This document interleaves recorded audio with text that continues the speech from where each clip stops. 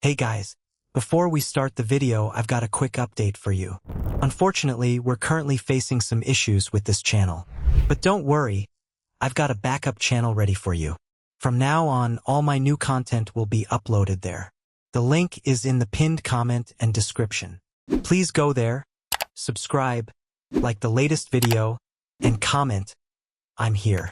It may seem like a small thing, but your support means a lot and will help me keep making better content for you.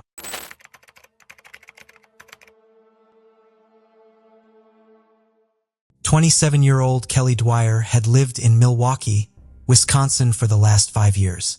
She was always a busy and social person, and around her 3 jobs she was frequently out with friends, enjoying the nightlife and atmosphere of the local bars and restaurants. Her dad Tony said she seemed really settled and content there, and despite her hectic schedule, she always tried to catch him up and talk when they could. Kelly's aunt said she always believed the best about people. Her optimism was contagious, which is why she had so many friends. The 27-year-old loved traveling and had always been very sporty, showing particular promise for tennis from a young age, but she soon traded tennis for yoga and got a job as an educator at a Lululemon Athletica store. She also taught yoga on the side at a local studio and worked part-time as a nanny a couple of days a week. Kelly, like many, was big on social media and dating apps. She had been casually dating and enjoying the single life, but for about a year she had regularly been seeing a 38-year-old named Chris Sacco. Kelly told her dad Tony that she was smitten with the successful IT executive, who once even worked in IT for the Yankees. But for some reasons unknown, he had left and headed for Milwaukee in search of something new.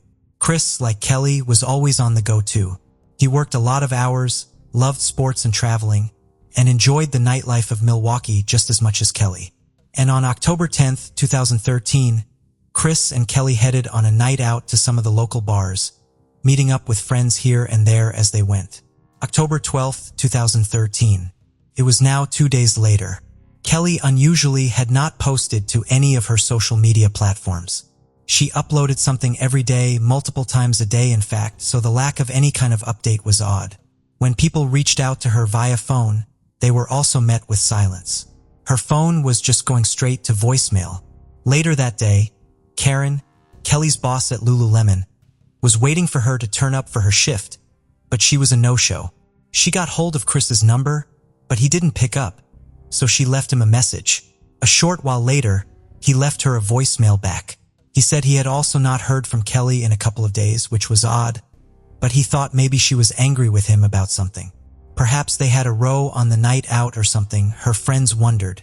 But as well as no activity on her social media, there was no activity on her bank cards or phone.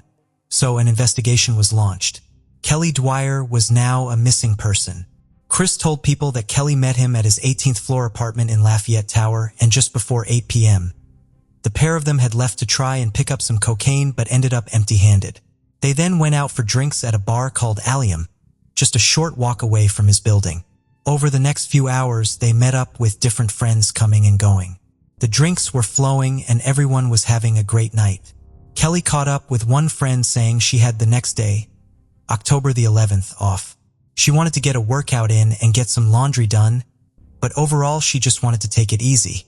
Just after 2:30 a.m., Chris and Kelly left and went back to Chris's apartment. CCTV showed them entering his building, laughing and chatting in what looked like an animated conversation. Chris said they had taken drugs and had sex before passing out in his living room. He said Kelly then left his apartment at 9 a.m. and he knew that was the time because he heard the door close and looked at the clock. He hadn't heard anything from her since. Chris hadn't spoken to her for the rest of the day but had been distracted anyway, moving some sports equipment to his mother's house. Karen, Kelly's boss, told the police that in the months before she disappeared, Kelly had been seeming off. She had lost quite a lot of weight and her normally on-point performance at work seemed to be dipping. She even sent her home one day as she appeared to be glassy-eyed and out of it. Something Kelly said came from taking an allergy medication on an empty stomach. But both police and friends said this wasn't enough to give anyone reason as to why she would suddenly go missing. Her parents, friends, and co-workers were out every day pinning flyers to everything they could. Karen carried on speaking with Chris, trying to get some answers, and she said he was being helpful. But when she met him in person at the shop a couple of days later, she felt very differently. Some of Kelly's co-workers were gathering to distribute missing persons flyers, and Karen described having a strong body reaction towards Chris. Chris reached his arm out to her shoulder and said, "I'm sorry for what you're going through." It was a nice thing to say, sure, but this was the person Kelly had been seeing for a year, one of the closest people to her, and she was expecting to say that to him. But Chris didn't seem too concerned, nor did he need anyone's sympathy. Chris's apartment was soon abuzz with talk. Tony, Kelly's dad, said Kelly was obsessed with Chris, but he had never been sure about him from what he had heard. They'd been seeing each other for about a year, but he was always very hard to get hold of. He seemed elusive, like he was hiding parts of his life. And it would turn out that Chris was keeping a 3.5-year relationship with someone called Megan a secret. Megan thought they were not only exclusive, but were heading for marriage. They spoke to Chris's mother, Joyce, who confirmed he had dropped some things to her house, but she said she had never even heard of Kelly. Chris had never mentioned her. Chris was definitely on their radar now. By all accounts, he was the last known person to have seen her. There were 28 cameras throughout the building, and it would have been impossible for her to get outside without at least one picking her up. The cameras showed the pair entering just before 3 a.m. that morning, and if she had left at 9 a.m., just as Chris had said, she would have been spotted somewhere. It was time to get hold of the footage and trawl through it all. It had now been just over a week since Kelly was reported missing, and the police were back at Chris's apartment looking for clues. He still didn't seem particularly concerned, saying their relationship was far more casual than Kelly was telling people. He said they had partied a couple of times a week, and it was more a friends with benefits type deal, whereas Kelly called him her boyfriend. He also said that Kelly was casually seeing other people too, and hadn't come off her dating profiles. He gave them some names to look at of people he thought could be behind her being missing. Kelly's friend said she was definitely more into Chris than he was her, and was clear that she wanted more. But knowing he wasn't pushing for the same things, she was keeping her options open and still checking out dating apps from time to time. He admitted to taking drugs with Kelly that early morning, but said there was nothing else illegal or nefarious going on. Kelly had left that morning, and that was all he knew. As the detectives were talking to him, one of them got a text from an officer who had been checking the cameras in the building. The message simply said, "She did not leave." Kelly had not been picked up on any camera at any exit leaving Chris's apartment block. She had entered that morning, and that was all they could find. This was obviously alarming, so when they spotted various drugs lying around, it was enough to take him to the station, where they hoped they could get more information. But the interview was over just as quickly as it had started, with Chris lawyering up fast.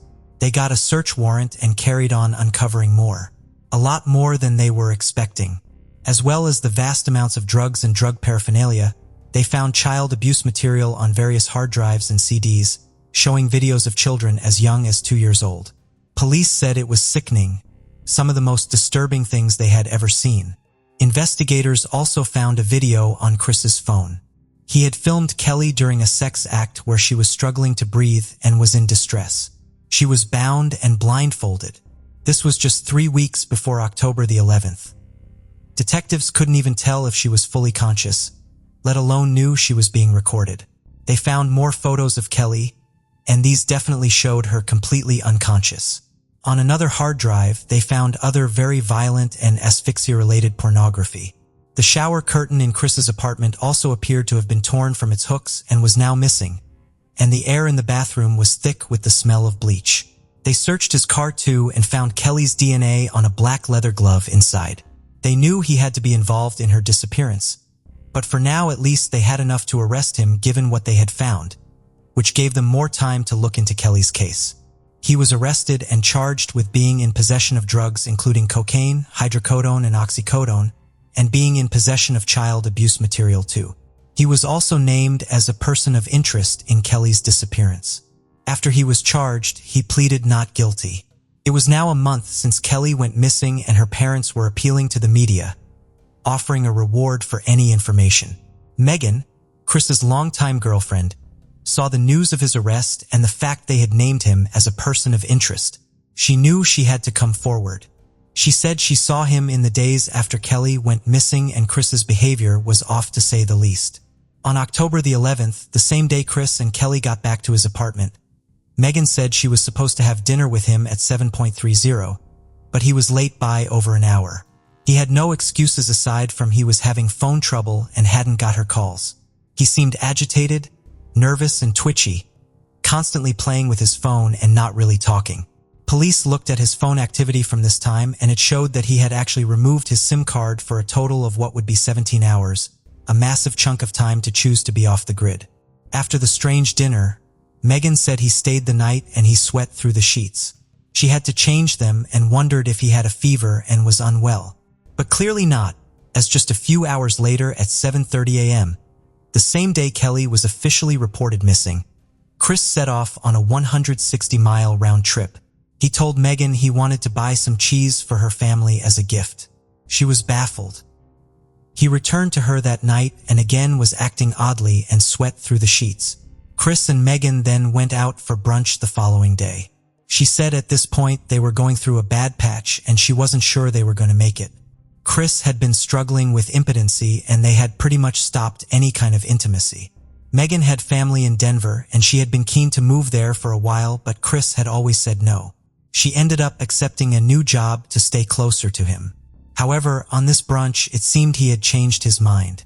Moving was now on the cards and he said he was happy for a change.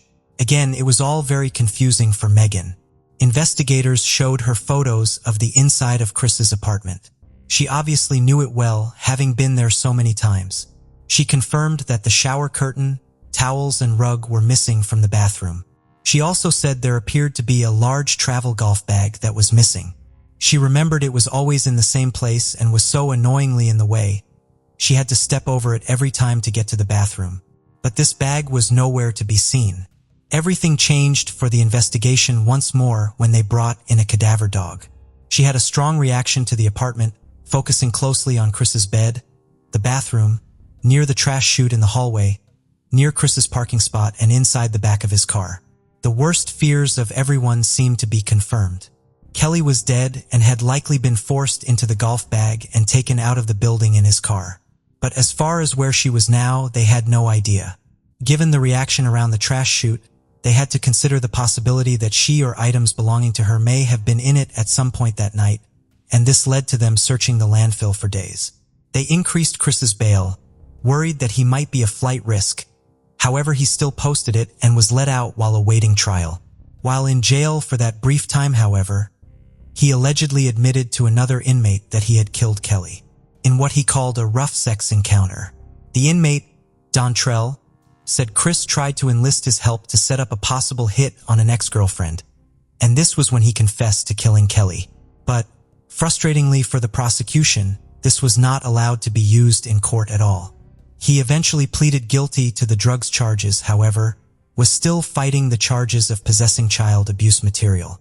In April 2014, with still no sign of Kelly, her investigation was reclassified as a cold case. Her family and friends were devastated.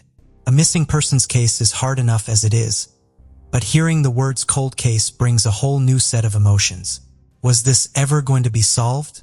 Would they ever find Kelly Dwyer? A few months later, Chris was found guilty on 16 out of 17 counts of possession of child abuse material. Although Kelly's disappearance could not be mentioned during that trial, after he was found guilty, the prosecutor Sarah Hill invoked Chris's involvement in her being missing in the run-up to his sentencing. It was a factor in his sentencing to some extent, a factor that I argued was relevant to his character, she said. He was sentenced to 19 years in prison. His mom, Joyce, was protesting his innocence with everything. She said there was nothing even weird about the hard drives they had found.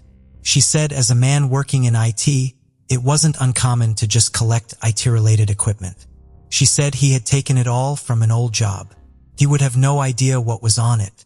With it now being a cold case and the police focusing their attention elsewhere, Kelly's family had hired a private investigator and he began searching across 3 huge areas of Milwaukee.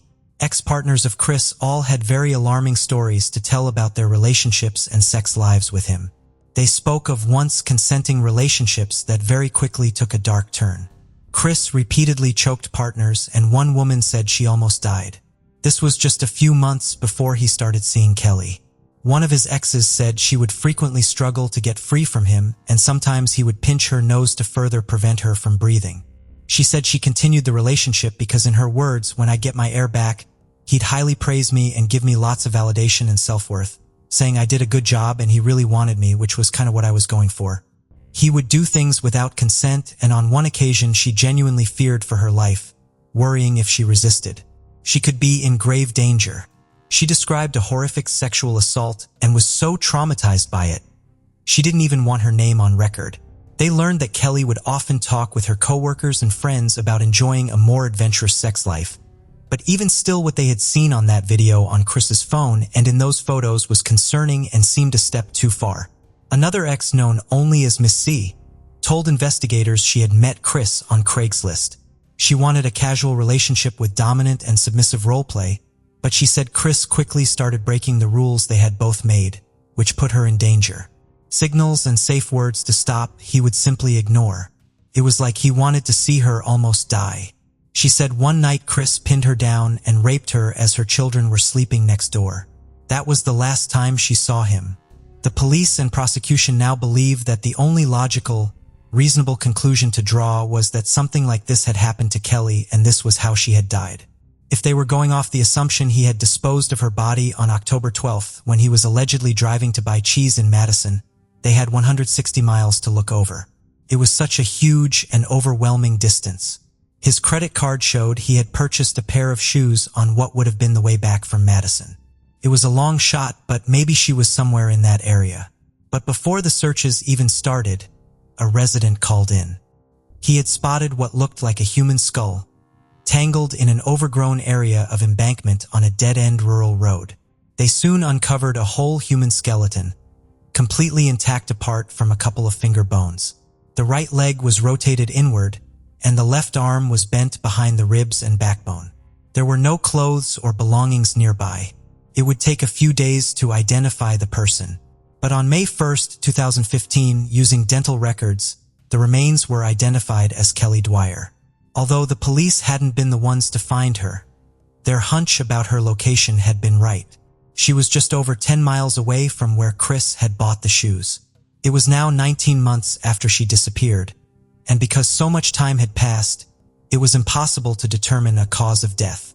Soil samples suggested her body had been in the same place for the whole time, however.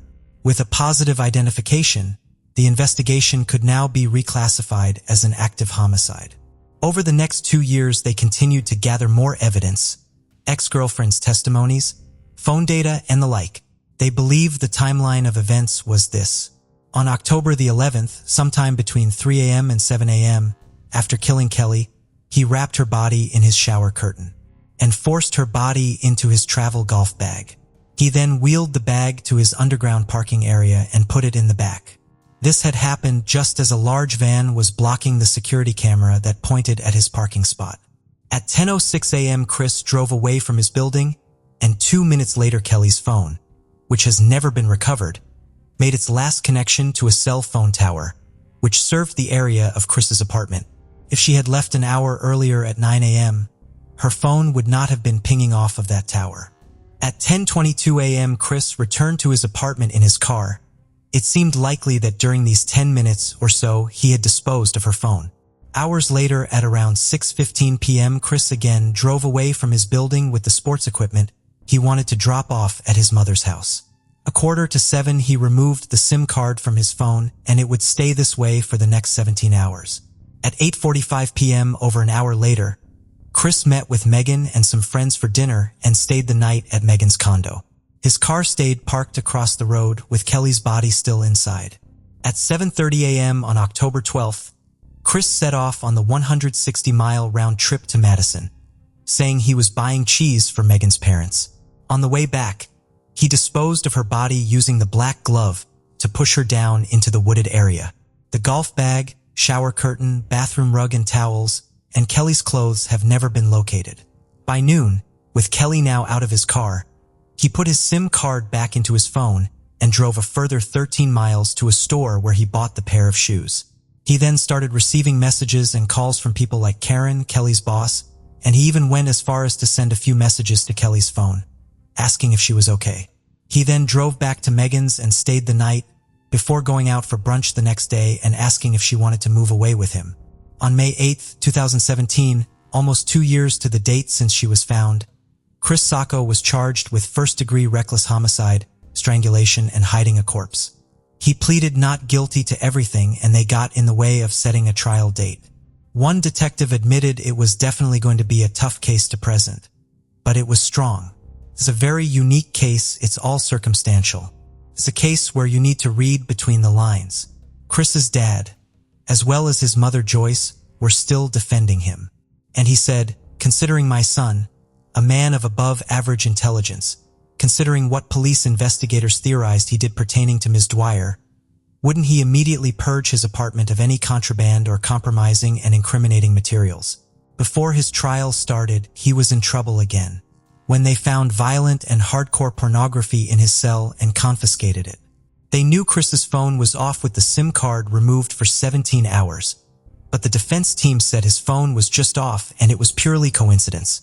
During these 17 hours, Chris bought the pair of shoes using his credit card, but the defense team said if Chris was technically sophisticated enough to not be traced using his phone, why would he leave a credit card trail for them? Kelly, as they knew, was never seen coming out of his building. Each exit was covered by a camera, and the only other way out was through one of the parking areas, also covered by cameras. There was absolutely no footage of her leaving. Her body had to have been taken out using the now missing golf bag. His lawyers said that Chris, in fact, was also never seen leaving with said golf bag. He was only spotted driving in and out of the building. The truck had been covering his parking spot when he would have loaded the bag in, and there were no cameras by the lift he would have had to use to get down to the bottom floor. The cameras, however, did definitely show him leaving at 10:06 a.m., likely to dispose of Kelly's phone, and when he returned less than 15 minutes later, he briefly opened his trunk, where a white or grayish-colored item could be seen inside. Prosecutors said this was consistent with that very travel bag. It also couldn't be ignored that the cadaver dog had reacted in that exact spot of the parking area, as well as inside of his car. They said even though they didn't have the exact moment he placed the travel bag in his car on film, there was enough to prove the bag existed, as Megan had seen it and Kelly was forced inside of it and she had been inside the back of his car. Megan testified, as did the detectives and other people Kelly had been with. After 9 days, both sides rested their cases. After just 2 hours of deliberating, the jury had reached their verdict. Nearly 5 years after Kelly was last seen, Chris Sacco was found guilty on all counts. When it came to his sentencing, the defense was still arguing everything between the pair had been consensual, and Kelly willingly went back to his apartment that morning. They suggested his sentence should be 22 years, but the judge did not agree at all, saying the way Chris handled the situation from start to finish told him everything he needed to know about his character, as well as the charges he was already serving time for. He said a 22-year sentence would be too much of a risk to the community and in fact wanted to give him more than even the district attorney had asked for. He added even if it had initially been consensual, then two things could be true at the same time. What started out as being consensual at one time became an utter disregard for human life. You ended up choking the life out of your victim for your own self-gratification, he said. If Kelly or Chris's other exes were into the same things as he was sexually, that justified nothing about the way they had been treated. The key things should always be safety and mutual respect and understanding between people when it came to boundaries and consent. Chris clearly did not care about any of those things, something his exes could all testify to many times over. They also had to actually think about how long it would have taken Kelly to die. He could have stopped or at least called for help if he was concerned at any point. He didn't do that. He carried on until she was dead and then covered it all up, continuing on with his life like nothing had happened. The prosecution said this, combined with the ex's testimonies and the child abuse material found all over his apartment, showed that he was an incredibly dangerous individual that cared for little but his own sexual gratification. In 2018, 43-year-old Chris Sacco was sentenced to 31 years in prison, followed by 19 years of extended supervision. This added to the 19 years he was already serving. A possession of child abuse material and drugs means he will likely die in prison. He appealed against his conviction, a possession of child abuse material and drugs, but in 2019 this was denied and his conviction was upheld. He also appealed against all the convictions pertaining to Kelly, saying there had been errors in the court case and he deserved a new trial, but in 2023 this was also denied. It had been a long and difficult process for Kelly's friends and family, worrying for years that this might never get solved, and even with Chris's conviction, it brought little peace to anyone. But they could, at the very least, give Kelly a proper burial and say goodbye to her. Kelly's mom Maureen said she has slowly become more and more isolated, falling in sick to work because she can't face being around people and pulling away from her friends, who she admits just don't know how to help her through such an awful situation. She said, "There's no feeling better, no moving on. There's just a new normal, and that's excruciatingly painful." Roger Scott Dunn graced the world with his presence on February 10, 1967, in the city of Lubbock, Texas, as one of the two beloved sons of Jim and Mary Sue Dunn. Affectionately known as Scott, he was characterized by his playful spirit, love for life, and undeniable charm with the ladies. By the age of 24 in 1991, Scott transitioned from military life to civilian comforts, returning to Lubbock, where he took up a position at MGM Electronics, specializing in the installation of bespoke sound systems in vehicles. His passion for automobiles was evident, as he not only excelled in stereo installation competitions, but also engaged in the buying, restoring, and reselling of pre-owned cars. Scott was romantically involved with Laisha Hamilton, a 28-year-old waitress. On the fateful evening of May 13, 1991, he attended a gathering at a friend's residence, where he unexpectedly fell gravely ill. Unable to walk or drive, he sought refuge at his friend's home for the night. The following morning, Laisha came to collect him, ensuring he could recuperate in the comfort of their shared apartment at Oakwood Club Apartments, located at 5818 24th Street. By May 15th, Scott had recovered to return to work. But with his car still at his friend's place, he arranged for friends to drive him. He informed Laisha of this plan, and she kindly prepared him tea before heading off to her own job. When his friends arrived at the apartment, Scott did not respond. Later, Laisha returned home and suggested to his friends that he might have left while she was at work. However, Scott did not return that night, and for the next 2 days he remained unaccounted for. Concerned, Laisha reached out to Jim Dunn, Scott's father residing in Pennsylvania, to report his disappearance. Jim promptly contacted the Lubbock Police Department to file a missing persons report, noting that it was highly unusual for Scott to abandon his cherished Camaro and tools at work. Upon their arrival at the couple's apartment, Laisha informed the officers of a peculiar detail. A piece of carpet was missing from beneath the couch in Scott's bedroom. The police soon discovered that this missing carpet had been meticulously duct-taped to the remaining carpet in the room. A section of carpet had been taken from the bedroom, revealing a seam stained with a rusty hue that unmistakably indicated blood. Beneath the carpet, a significant stain marred the padding, with traces of blood having permeated down to the concrete beneath. It appeared as though an attempt had been made to cleanse the baseboard of the wall, hinting at a desperate effort to erase evidence. The investigators employed luminol to examine the room, and the results were illuminating. It was evident that a violent confrontation had befallen someone, likely Scott. As they delved into Scott's life and acquaintances, they sought any peculiarities that might provide insight. Notably, Scott had a prior arrest for drug-related offenses and at the age of 23 had been implicated in a robbery at a Domino's Pizza. The police pursued this angle, probing whether anyone might have had a motive to harm Scott due to his associations with drugs or financial matters, but their inquiries yielded little of value. In examining Scott's relationship with Laisha, investigators uncovered numerous irregularities. It appeared that Scott struggled to fully commit to Laisha, who had recently discovered that he was engaged to another woman just a month prior to his disappearance. This revelation raised suspicions of potential revenge. Laisha have acted out of friends of Scott expressed concerns regarding Laisha, with a family acquaintance revealing that Scott harbored fears about ending their relationship. Laisha's former partners had cautioned Scott about her propensity for violent jealousy. Throughout the investigation, Laisha maintained contact with Jim to discuss the case, and he recorded their conversations. Strangely, Laisha seemed less focused on finding Scott and more preoccupied with his sports car, even inquiring if she could claim it.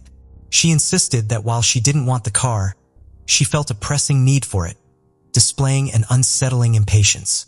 Further inquiries revealed that Leisha had a criminal past, having been arrested in New Mexico for embezzlement. Investigators persisted in their inquiry into the possibility of her involvement, only for her to present the first suspect. Leisha confided in Jim her belief that a man named Tim Smith was entangled in Scott's mysterious disappearance. Residing in close proximity to Scott, Leisha had developed an infatuation with Tim. The police approached Tim at his residence, where they found him in the midst of packing for a move. He graciously permitted them to search his apartment. Upon returning to the room where Tim awaited, the officers noticed that he had shifted a roll of duct tape from his bookshelf, insisted he had not moved anything, yet the police uncovered the tape cleverly concealed behind a stack of books. The tape was subsequently sent for forensic analysis, utilizing infrared technology to examine various wavelengths and components. The findings revealed that the tape from Tim's apartment matched the tape found on the carpet in Scott's bedroom. Notably, triangular green carpet fibers, identical in hue to Scott's bedroom carpet, were discovered on the tape. Regrettably, the absence of a body left investigators with limited options, and the case grew cold. Frustrated, Jim took it upon himself to seek the truth. He connected with the Vidic Society, an exclusive assembly of 82 international forensic specialists dedicated to unraveling unsolved crimes. In Philadelphia, Jim consulted with Richard Walter, a co-founder of the society, to discuss his son's case. Richard swiftly asserted that Scott was no longer alive and expressed his firm belief that Leisha possessed crucial information. He relayed the details to Dr. Shepard of New Scotland, who determined that Scott had met his demise in his bedroom, having suffered multiple blows from a blunt object. After conducting several tests, Dr. Shepard confirmed that the volume of blood lost indicated survival was impossible. Richard Walter implored the district attorney to bring this case to trial. Richard revealed that while a complete body was absent, a crucial body part, the connective tissue from the blood, was discovered. He also observed that the duct tape retrieved from Scott's bedroom contained unidentified hairs. Subsequent testing identified these strands as belonging to both Tim Smith and Leisha Hamilton. After a lengthy investigation, Smith and Hamilton were apprehended 3 years post-Scott's mysterious disappearance in 1994. It is widely believed that Scott's life was tragically extinguished in the early hours of May 16, 1991, while he lay asleep, having been struck 4 times with a blunt instrument. In their desperate attempt to erase the evidence, Hamilton and Smith left behind a significant amount of incriminating material. It is suspected that Leisha sought vengeance upon discovering Scott's infidelity and engagement to another woman, with Smith being manipulated by her due to his obsession. They faced separate trials, resulting in both being found guilty. Leisha Hamilton received a 20-year prison sentence while Smith was given 10 years of probation. The jury concluded that Smith assisted Hamilton in the cleanup, but lacked sufficient evidence to prove his presence during the crime.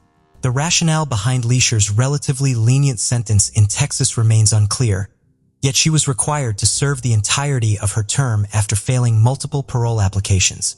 Following her release, Leisha vanished from public view.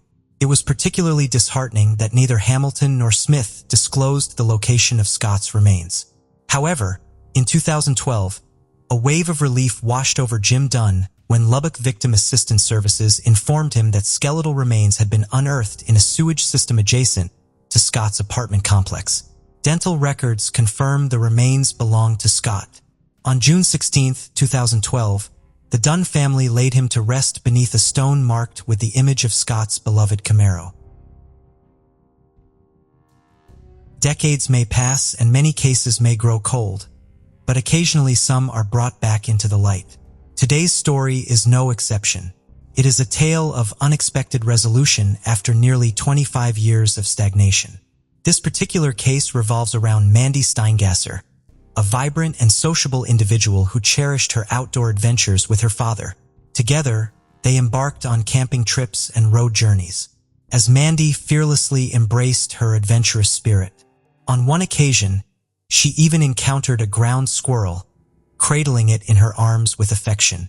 Unfortunately, the squirrel bit her, But such encounters were not uncommon for Mandy, who possessed a penchant for interacting with various creatures during her camping escapades. Her personality was enigmatic, and she often associated with individuals who carried an air of danger. When questioned about her choice of friends, she simply stated that she did not pass judgment on them. In the autumn of 1993, Mandy, a 17-year-old senior at North Tonawanda High School near Buffalo, New York, found herself at a crossroads. Although academically gifted, she had yet to solidify her career plans and subsequently enrolled at Niagara County Community College after graduation. Mandy exuded boundless energy and reveled in the thrill of parties and experimenting with alcohol. At times, her enthusiasm for such activities caused her to lose track of time, occasionally forgetting to return home. To ensure her safety, her parents established a set of rules for her evening outings. She was expected to adhere to a specific curfew and, if unable to do so, she was required to inform her parents or make her way home as swiftly as possible. On the 18th of September 1993, a Saturday night, Mandy ventured out with her friends, Stacy, her boyfriend Brian, and Brian's acquaintance, Wayne. Stacy and Mandy had arranged a sleepover at the Steingasser's residence, with the understanding that they would return home by midnight. Both Mandy and Stacy were 17, while Brian and Wayne were a few years older. Wayne possessed his own apartment, making it convenient for them to procure alcohol. That evening, the group decided to visit a liquor store to purchase whiskey and rum before embarking on a journey from North Tonawanda to Buffalo in Wayne's car. Their intention was to attend a rock concert at a local bar, but unfortunately, the girls were denied entry due to their age by the bouncer. Brian and Wayne, being considerate, chose to stay with them as both girls were somewhat intoxicated. It was quite out of character for Mandy not to inform her parents about her whereabouts, especially since she had a curfew. After a short while, a car filled with men approached the group, accusing Brian and Wayne of harassing one of their neighbors. This led to a brief altercation, which frightened both Mandy and Stacy, causing them to flee in different directions. Shortly after, the sound of police sirens could be heard, prompting the men to hastily depart. Brian and Wayne desperately called out to the girls to return, but Mandy had vanished. She had fled out of fear that if the police found her, they would escort her back home, thus ruining her plan to sneak in without her parents' knowledge of her missed curfew. Mandy began her journey on foot towards her house, which was over a mile away. She headed north on Oliver Street until she reached a convenience store at the intersection of Fifth Avenue. It was there that a car pulled up beside her, and she leaned into the passenger seat before entering the vehicle. There was an acquaintance from her school who kindly offered to drive her home between 1:10 and 1:30 a.m. on September 19th. Regrettably, this marked the last time Mandy was seen alive. At 2:30 a.m., Stacy called Mandy's mother Lorraine, inquiring whether Mandy had returned home. Lorraine became furious upon realizing that her daughter had not only missed curfew, but also failed to come home. Throughout the night, her parents anxiously awaited Mandy's arrival. She never appeared. The following morning, they began reaching out to all of her friends. Fortunately, Mandy had a friend whose father was a police officer, and he promptly visited the Steingasser's residence. The commencement of the investigation unfolded, and the authorities proclaimed that she may have absconded, although Mandy's parents vehemently dismissed this notion as they possessed an intimate understanding of their daughter's character. Whispers began to circulate, insinuating that she had ventured southward to Florida alongside her lover, who had recently relocated there. However, on the 25th day of October in the year 1993, a fortnight following Mandy's inexplicable disappearance, two individuals engaged in a mushroom hunt stumbled upon a ghastly sight within the confines of Bond Lake Park. There, nestled upon the banks of Myers Lake, lay a set of severely decomposed human remains. It appeared as though an attempt had been made to submerge the lifeless body into the depths of the lake, only to be thwarted by the entanglement of foliage. Subsequent investigations confirmed the identity of the remains as belonging to Mandy. The forensic examination divulged a harrowing truth. She had met her demise through strangulation, her bra serving as the instrument of her demise. Furthermore, the report revealed the presence of 2 brain hemorrhages and a fracture near her frontal temple. The authorities' suspicions turned towards a fellow student from Mandy's school, the last person seen with her. Although the police publicly acknowledged the existence of a suspect, they refrained from disclosing his identity due to the dearth of evidence that would substantiate his culpability. Mandy Steingasser, a tender 17 years of age, was last sighted on the 19th day of September in the year 1993, approximately 1:30 in the morning, at the intersection of 5th Avenue and Oliver Street within the city of North Tonawanda. Her lifeless body was discovered on the 25th day of October in the same year, within the confines of Bond Lake Park. The absence of substantial evidence caused this case to languish in obscurity for a quarter of a century, until the advent of new technological advancements that facilitated the examination of the culprit's DNA, which was found upon Mandy's remains. Finally, when the truth was unveiled, a plethora of evidence was amassed, paving the way for the district attorney to present a compelling case before the grand jury. On the 24th day of April in the year 2018, Joseph Bellstadt was apprehended at his abode, mere moments after returning from his place of employment. It was his 43rd birthday, and he found himself facing a second-degree murder charge.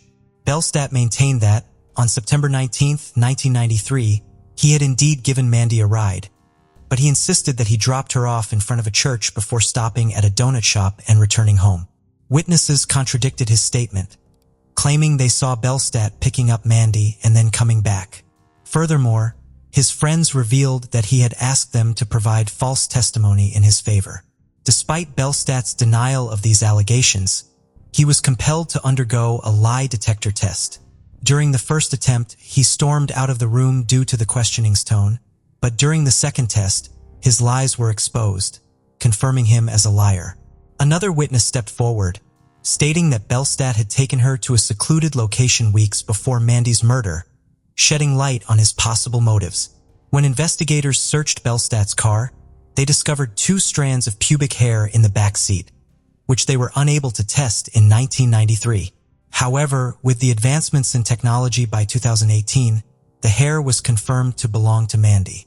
It was then established that Bellstadt had attempted to sexually assault her before becoming enraged and strangling her to death with her own bra.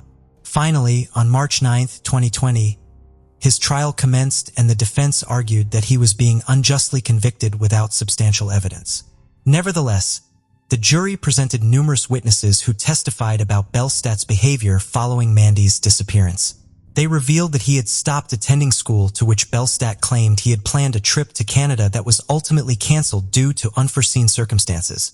However, all of these statements were proven to be lies, leading to his conviction for the murder of Mandy Steingasser.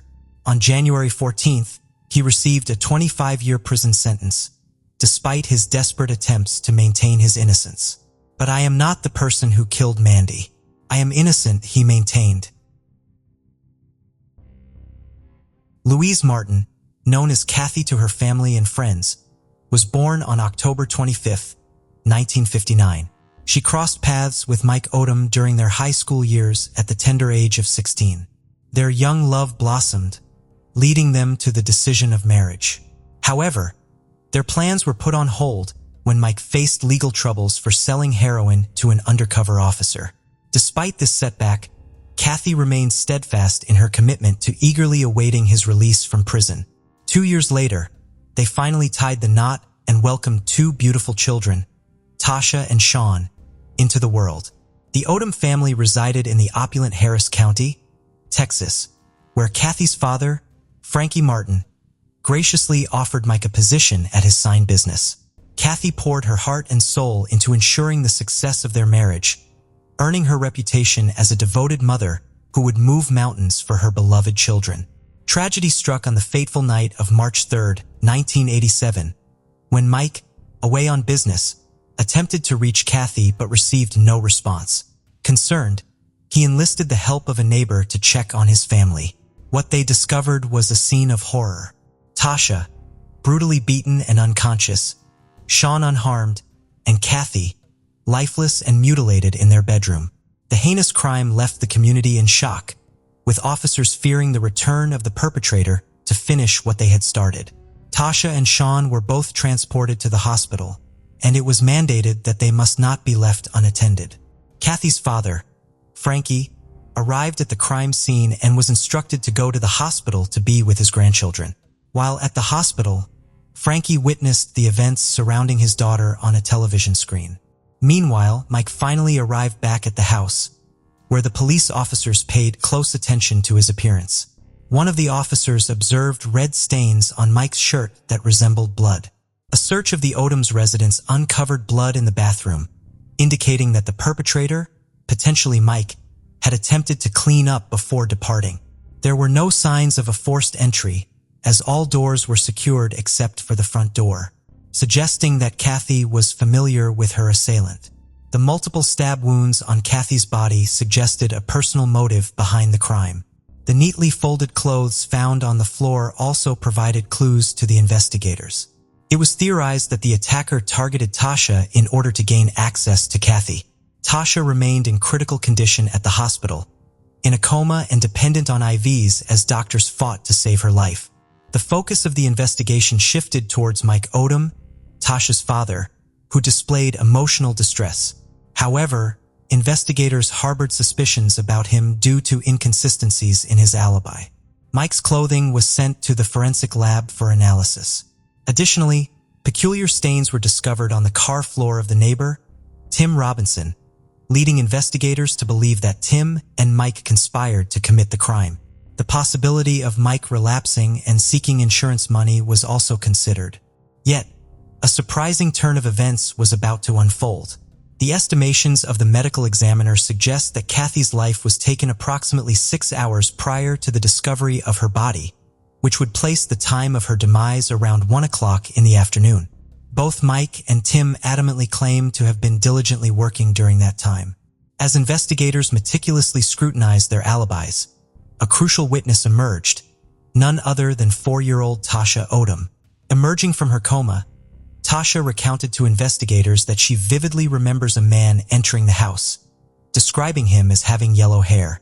However, neither Mike Odom nor Tim Robinson possessed blonde hair. Regrettably, the man's hair color was the only detail Tasha could recall. Subsequent forensic tests revealed that the stains found in Tim's car were motor oil, while the stains on Mike's shirt were paint. Moreover, their co-workers provided unwavering alibis for both individuals, and they both successfully passed polygraph tests.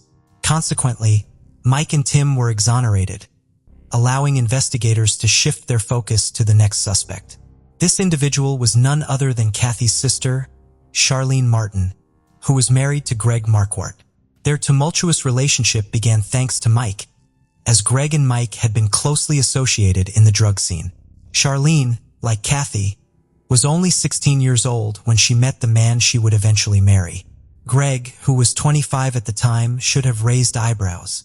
The couple tied the knot in 1983, and soon after both Charlene and Kathy spiraled into addiction, mirroring Greg and Mike's destructive path. Charlene was known for stealing from her own parents for financial gain. However, Greg's affluent aunt and uncle repaid the Martins and legal actions were avoided. While Mike and Kathy managed to turn their lives around, Greg and Shelley continued their criminal activities, leading to frequent incarcerations. Prior to Kathy's untimely demise, she confided in a friend about Greg's inappropriate advances towards her, which she promptly rebuffed, while Shelley was occupied in another room with the baby. On hearing this, the investigators questioned Greg about his alibi on the night of Kathy's murder. Greg stated that he was not with his wife on the night of the crime. He was in the company of a man named Hampton Robinson III. It is worth noting that Robinson was an acquaintance of Charles Harrelson, who was the father of actor Woody Harrelson and was convicted of killing a judge in 1982. Robinson had testified against Harrelson during his trial. Despite the police finding Greg's fingerprints and hair at the crime scene, it was argued that as a family member who had visited the house multiple times, this did not necessarily indicate guilt. Kathy's parents expressed their belief to investigators that Greg was responsible. 2 days after Kathy's death, Frankie received a late-night call from the hospital where Tasha was being treated, informing him that Shelley and Greg had attempted to visit. Frankie instructed the hospital not to allow them in, citing suspicions about Greg and the unusual timing of their visit. Tasha's grandmother, Charlene Martins, recalled that Tasha reacted with fear upon seeing Greg at the hospital and he was asked to leave. When questioned about the incident, Tasha could not recall if it was her uncle Greg she saw with Kathy on the day of the attack due to her head injury. Greg, while denying any involvement, openly admitted his attraction to Kathy, particularly to her stomach. This preference was known to Kathy's friends, and it is notable that she was primarily stabbed in the stomach. During the interview, Greg requested to leave to refill a parking meter but did not return. He also declined to take a polygraph test, prompting investigators to further scrutinize his alibi. Shelley recounted that Greg chauffeured her to school at 10:30 a.m. on the day of the crime and retrieved her at 2:30 p.m. This luxurious 4-hour time frame provided ample opportunity for Greg to carry out the crime. The medical examiner pinpointed the time of her demise around 1 p.m. that fateful day. Despite Kathy's unfortunate ordeal, this incident unfolded in an era predating the widespread use of DNA in cold case inquiries. Back then, serology was the method of choice involving the intricate process of blood group typing. This technique was arduous, requiring a substantial sample size to yield results. The outcome was merely a blood type lacking definitive proof. The blood type extracted from the evidence found on Kathy's body matched Greg Marquardt's blood type, type O, shared by approximately half the population, rendering it inconclusive. With insufficient evidence, the case languished in obscurity for a considerable period. For Frankie, the realization that the perpetrator of his daughter's demise was wedded to his other daughter was a harrowing revelation. In 1998, a specialized cold case unit was established, with Kathy Odom's case being one of their initial investigations. By then, DNA testing had advanced significantly, enabling the extraction of a DNA profile from the biological evidence in Kathy's case. The results indicated that Greg Marquardt belonged to the exclusive 2% of the populace who could have been the culprit, a marked improvement from the previous 50% probability. Greg promptly provided investigators with an alibi, claiming he was engaged in a consensual relationship with Kathy and was in her company on the morning of her demise. He maintained that she was alive when he departed. Despite doubts cast on his account, Greg remained unapprehended due to insufficient evidence for a conviction. The crucial task was to establish his presence at the scene of the crime. Investigators sought the expertise of Catherine Long, employed at Orchid Cellmark, a prestigious private forensic laboratory in Dallas, Texas. Catherine devised a unique plan to unravel the mystery surrounding Kathy's crime. She and her team engaged in a peculiar activity of choking each other to see if skin cells would be transferred from the perpetrator to the victim. Astonishingly, they discovered a significant exchange of skin cells during the act. The investigators scoured through Kathy's evidence file in search of any trace of the perpetrator's skin cells. Their focus shifted to the electrical cord that was used to bind Kathy's hands. Fortunately, the cord had been stored in a paper bag rather than a plastic one. The paper bag's breathable nature ensured that the item remained dry, thus extending the lifespan of the DNA. This preservation method proved to be more effective than storing it in a plastic bag. The blood-stained cord was meticulously swabbed by the investigators to gather all possible evidence. Subsequent testing unveiled 2 genetic profiles, Kathy Odom's and Greg Marquardt's. The presence of Marquardt's DNA on the cord indicated his involvement as the perpetrator. Finally, on December 18, 2002, Greg Marquardt was apprehended and charged with Kathy's murder. During his time in prison, Marquardt confessed to a fellow inmate, revealing that he was under the influence of heroin when he committed the heinous act.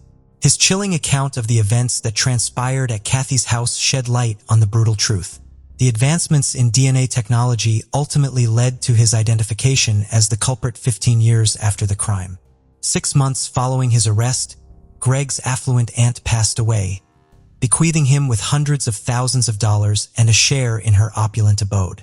The Martins opted to take legal action against him, entangling the estate in a legal battle that hindered him from utilizing those funds for his defense. In 2004, Greg Marquardt entered a plea of guilty and was found guilty on all counts. By July of the same year, he was handed a 45-year prison sentence. After serving 4 years of his term, he succumbed to liver disease in 2008 at the age of 56. Sergeant Roger Wedgeworth was quoted as saying, "Couldn't happen to a more deserving individual." Shelley and her parents lost touch following the crime. While they believed in his culpability, she stood by Marquardt's side. It was rumored that Shelley continued to stand by Marquardt and maintained his innocence for an extended period. A couple of years post the crime, the Martins relocated to Oklahoma. Subsequently, it appeared that Shelley reconciled with her parents and she too relocated to Oklahoma to be in close proximity to them. Kathy's father, Frankie, expressed, "It does not bring back Kathy. I will always cherish her memory, the home she created, and the moments we shared. Losing a child is always a profound sorrow." This case takes us to the Upper West Side of Manhattan, New York, to a 10-story apartment block on West 75th Street, just a block away from Central Park. October 25, 2012, a woman named Charlotte was in the building's elevator with two children who also lived there and the children's nanny. "I told the little girl, 'You know how beautiful you are?' And she gave me the biggest smile I've ever seen and said, 'Thank you.'" Nothing appeared to be off or out of sorts with the nanny or the children. Less than an hour later, at around 5:30, Charlotte was back in the elevator when she heard what she called a primal scream from somewhere in the building. "It was pure terror," she said. "It was unlike anything I've ever heard before." As she came out of the elevator, she saw a woman standing on the mezzanine, screaming. Other neighbors heard it and came to see what was going on. Marina Krim had taken her 3-year-old daughter Inez, known as Nessie, to a swimming lesson. Her other children, 6-year-old Lucia, known affectionately as Lulu, and 2-year-old Leo, had stayed behind with their nanny, 50-year-old Jocelyn Ortega. Marina had made a plan to meet Jocelyn later that day, but there was no sign of her or the children. Marina grew more and more concerned by their absence. Her text messages were met with no response. "Where are you? Where's Lulu?" she messaged. She headed home with Nessie to see if anything was wrong. Going up to the apartment and opening the door, it was eerily quiet and all of the lights had been turned off. She went back downstairs to talk to the doorman, asking if they'd left already. He said they hadn't. She went back upstairs and into the apartment to search for them. She saw her daughter's bag and her son's stroller in their usual places. Clutching her daughter's hand, she went from room to room. She got to the bathroom and saw a crack of light coming from under the door. Lying in the tub were the bodies of Leo and Lucia. Lucia had been stabbed 30 times and Leo 5 times. She saw Jocelyn and the pair locked eyes.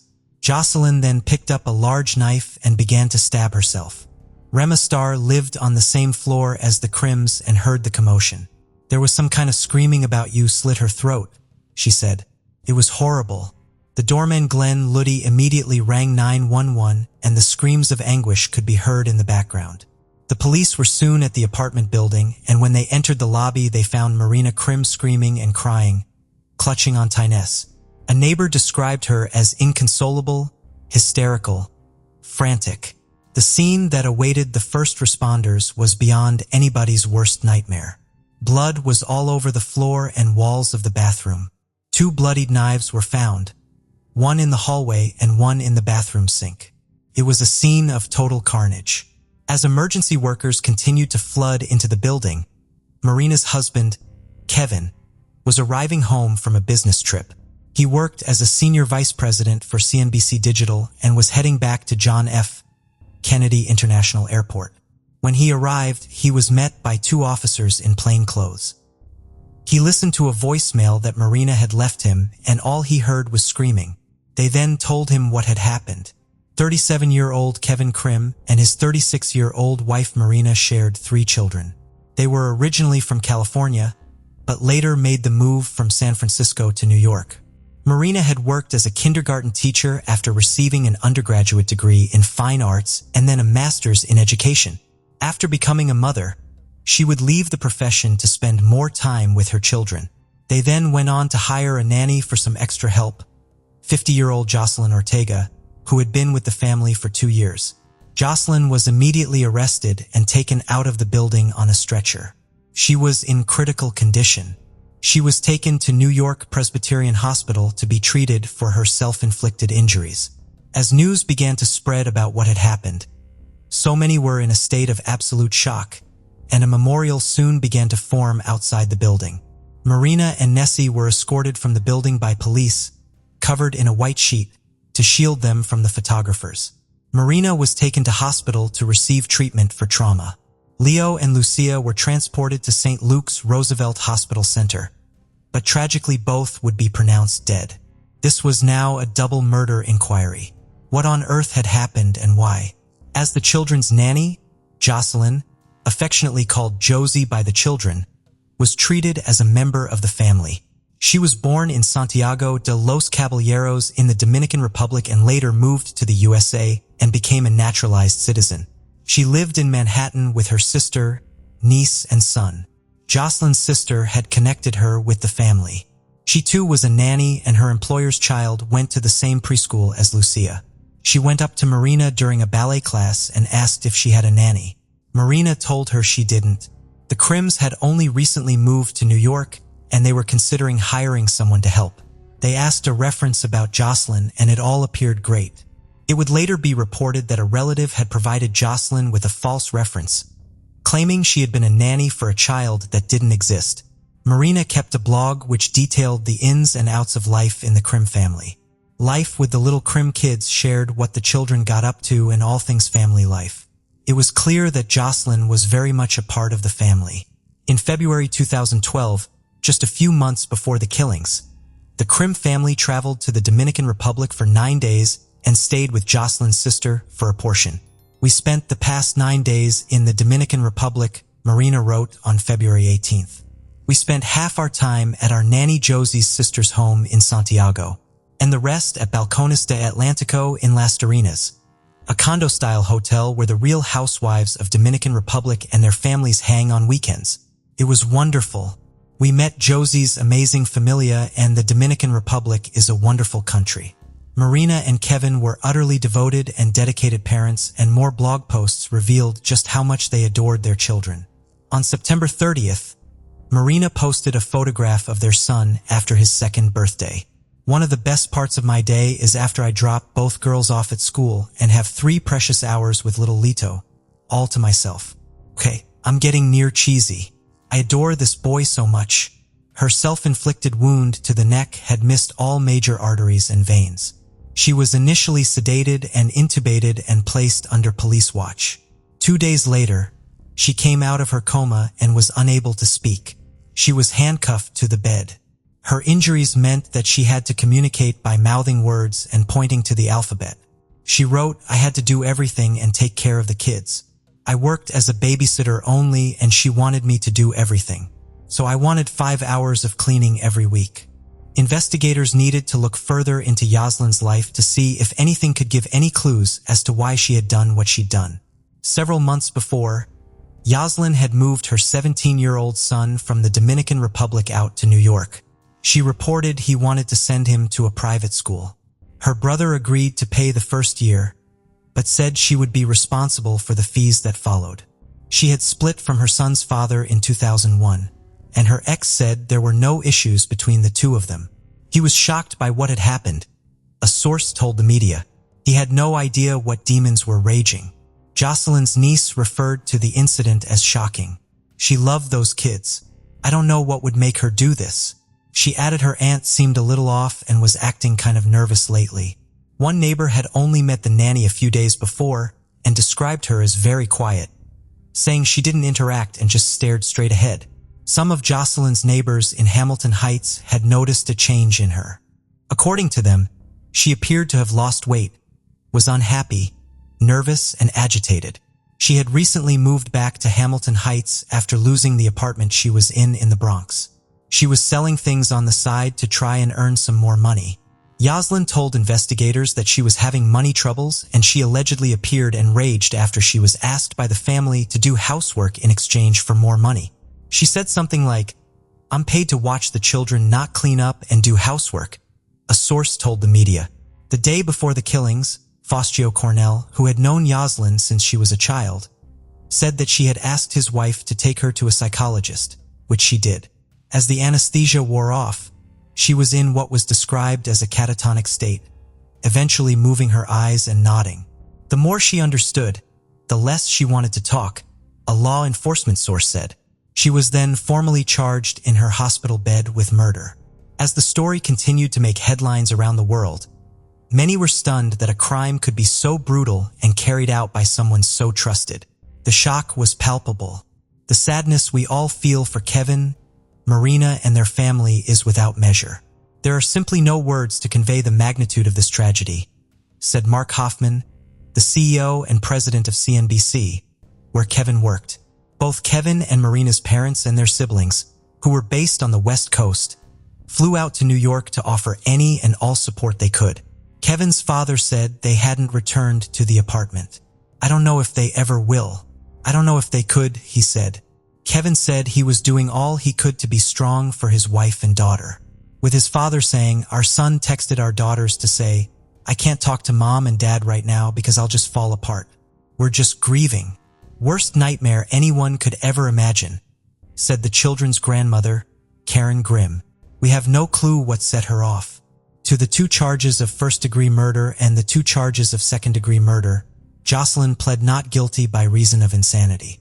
Prosecutors said she was aware of what she was doing and that she intentionally and savagely slaughtered the 2 in her care. And this was born out of a resentment that she held for Marina. They added that there was no credible evidence to show any mental illness or defect. During her first court appearance, lawyers said they needed more time to go through 6,000 pages of medical records to determine if she was fit to stand trial.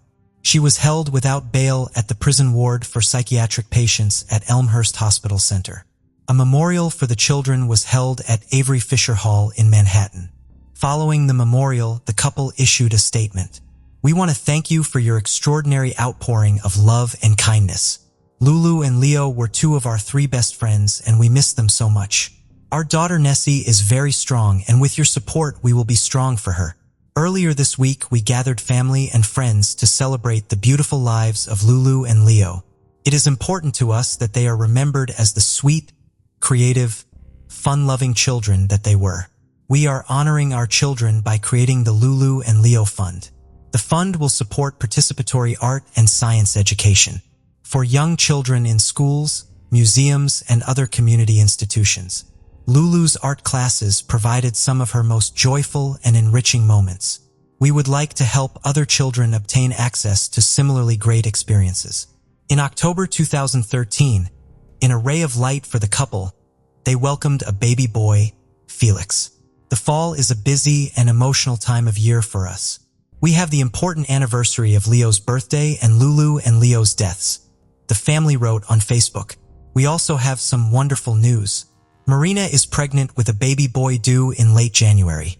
Nessie is excited about her role as new queen bee of the family, and little Felix, who turns 2 this weekend, is thrilled to give up his crib to become roommates with Nessie in a new bunk bed. With each new baby, we feel a special and closer connection to Lulu and Leo, who are a constant presence in their siblings' looks, gestures, and voices. Marina would go on to welcome a baby boy, Linus. Jocelyn Ortega was eventually declared fit to stand trial. The court-ordered psychiatric evaluation determined that she was able to assist in her own defense. Jocelyn Ortega went in front of Judge Gregory Caro. "If you don't get emotional during this trial, then maybe you need to check your pulse," the judge said during jury selection. Jocelyn had rejected a plea deal of 30 years to life for pleading guilty to 2 charges of murder. The previous few years had been pretrial litigation focusing on her state of mind. New York has a high bar for an insanity defense to be successful, and as a result, it rarely is.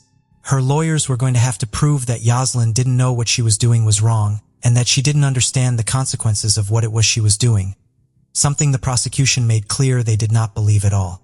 Jocelyn had taken 2 knives from the kitchen before launching her violent attack in the bathroom, Assistant District Attorney Courtney Grove said during the opening statements. She added that she slit their throats to stop them from screaming. She said that Lucille knew what was happening, and the 30 different stab and slash wounds were consistent with her trying to fight back. Their wounds were so severe the first responders initially thought that they may have been decapitated. Leo had so much blood on him, the officer who took him out of the bath said he was worried he might slip out of his hands. She planned these murders and executed them at a time she knew she would not be interrupted, Grove said. When talking about the appointment Jocelyn had made with the psychologist just before the killings, it was revealed that this was the only contact she had had with a mental health professional in 30 years. She had feelings of anxiety and stress and felt like a failure, the district attorney said. That therapist whom Jocelyn had seen testified. Dr. Thomas Caffrey said she had met with him to talk about several issues, including guilt, anxiety, and depression, but she did not come across as wanting to hurt herself or others.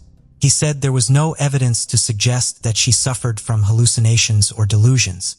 One of the people to testify for the prosecution was Marina. For the jurors to sit and listen to what had happened to the children and to see the awful photographs from the crime scene, one cannot even begin to imagine the impact it must have had. One juror was left shaking after listening to the descriptions of their injuries. Another juror would actually ask to be removed after saying he could no longer be a fair and impartial member of the jury after seeing the photographs from the crime scene. As those photographs were shown, Jocelyn didn't look at them, instead choosing to stare straight ahead. There were points during the trial that her behavior was bizarre, laughing when a retired police officer spoke about his interactions with her after the killings. At other points, she shook her head and rolled her eyes. Jocelyn's defense lawyer said that she had suffered with episodes of psychosis and hallucinations from a young age, and instead of seeking help, she had relied on her faith and prayer. After the murders, she told a psychiatrist that she had felt the devil penetrate her body and that she had heard voices telling her to kill. Mental illness does not announce itself like a bad cough or a limp. Sometimes it sneaks up and nestles in before anyone takes notice, the defense said. The prosecution disagreed and argued that her behavior that day actually suggested someone who was very aware of what they were doing, saying she had left her phone behind and had hung several important documents on the doorknob of her apartment that day. She was putting her affairs in order. Her plan that day was to kill the Krim children and to kill herself, the prosecution said. Her son testified and referred to the killings as an accident. "I'm sorry, did you just say the accident?" the prosecutor asked. "Unfortunately, 2 children died," her son said. While some had said she appeared to be plagued by demons before the killings, her son said he didn't see that side of her, but did say she appeared to be sad and depressed that day, adding that she had kissed him goodbye and waved him off to school as normal. He said that on the night of the murders, he had received a phone call from his mom's phone and said he heard a man's voice say, "I need help," before hanging up. She had left her phone at home, but it was never recovered. The line was also disconnected shortly after the killings. Although there was no clear motive, the prosecutor argued it could have been a combination of jealousy of Marina and her money troubles were evident. She couldn't afford her son's private school. She'd lost her apartment and was back living with her sister. But of course the theory of jealousy and money being behind it was exactly that, a theory. You may believe you have not heard a satisfactory answer, because there just isn't a satisfactory answer, the prosecutor said. But not knowing why the defendant slaughtered Lucia and Leo Krim does not mean that she is not responsible for those actions or for those murders. It merely means there is no good answer. Kevin Krim would also testify, and his testimony would leave members of the jury in tears, described saying goodbye to his son and daughter. The trial would go on for 2 months. The public and media interest in it was massive, and everybody held their breath and waited as the jury retired to deliberate. After 2 days, they had reached their verdict. Jocelyn Ortega was found guilty of 2 counts of second-degree murder and 2 counts of first-degree murder. The impact this case had had on the jury was obvious. After she was found guilty, Kevin wrote on Facebook that he had hugged as many members of the jury as he could, saying that the jurors had been through hell having to sit through that trial. This process has been very challenging for us, but it has also reaffirmed our love of New York, a city that Lulu and Leo love dearly. It was now time for Jocelyn to be sentenced. At the sentencing hearing, Kevin called Jocelyn an evil and utterly dangerous narcissist and a complete failure. When speaking to the judge, he said, "I trust that you do not need this request from Lulu and Leo's dad after all you've heard and seen, but I will make it anyway. In your sentencing decision, please follow the law as you always have by ensuring that the defendant can never leave prison alive. The defendant knows nothing of responsibility or remorse. She should also know nothing of hope. Her lawyer asked the judge for mercy and that she be put in protective custody with access to mental health professionals and doctors. Understand that my client has taken the lives of 2 precious children. I am praying that you do not take her life away without the prospect of parole. The judge disagreed. Judge Gregory Caro described what she had done as pure evil and praised the jury for rejecting the defense of insanity. Your planning and forethought regarding your suicide plan on that day was certainly unmistakable. What's unclear, and it's unclear mainly because you claim to have a lack of memory, is why you decided to take the lives of the children. Yoselin Ortega was sentenced to life in prison with no possibility of parole. In order to try and limit the chances of something like this ever happening again, the family announced their support for legislation that would make it a criminal offense for someone to submit an application relating to childcare that included false references and credentials.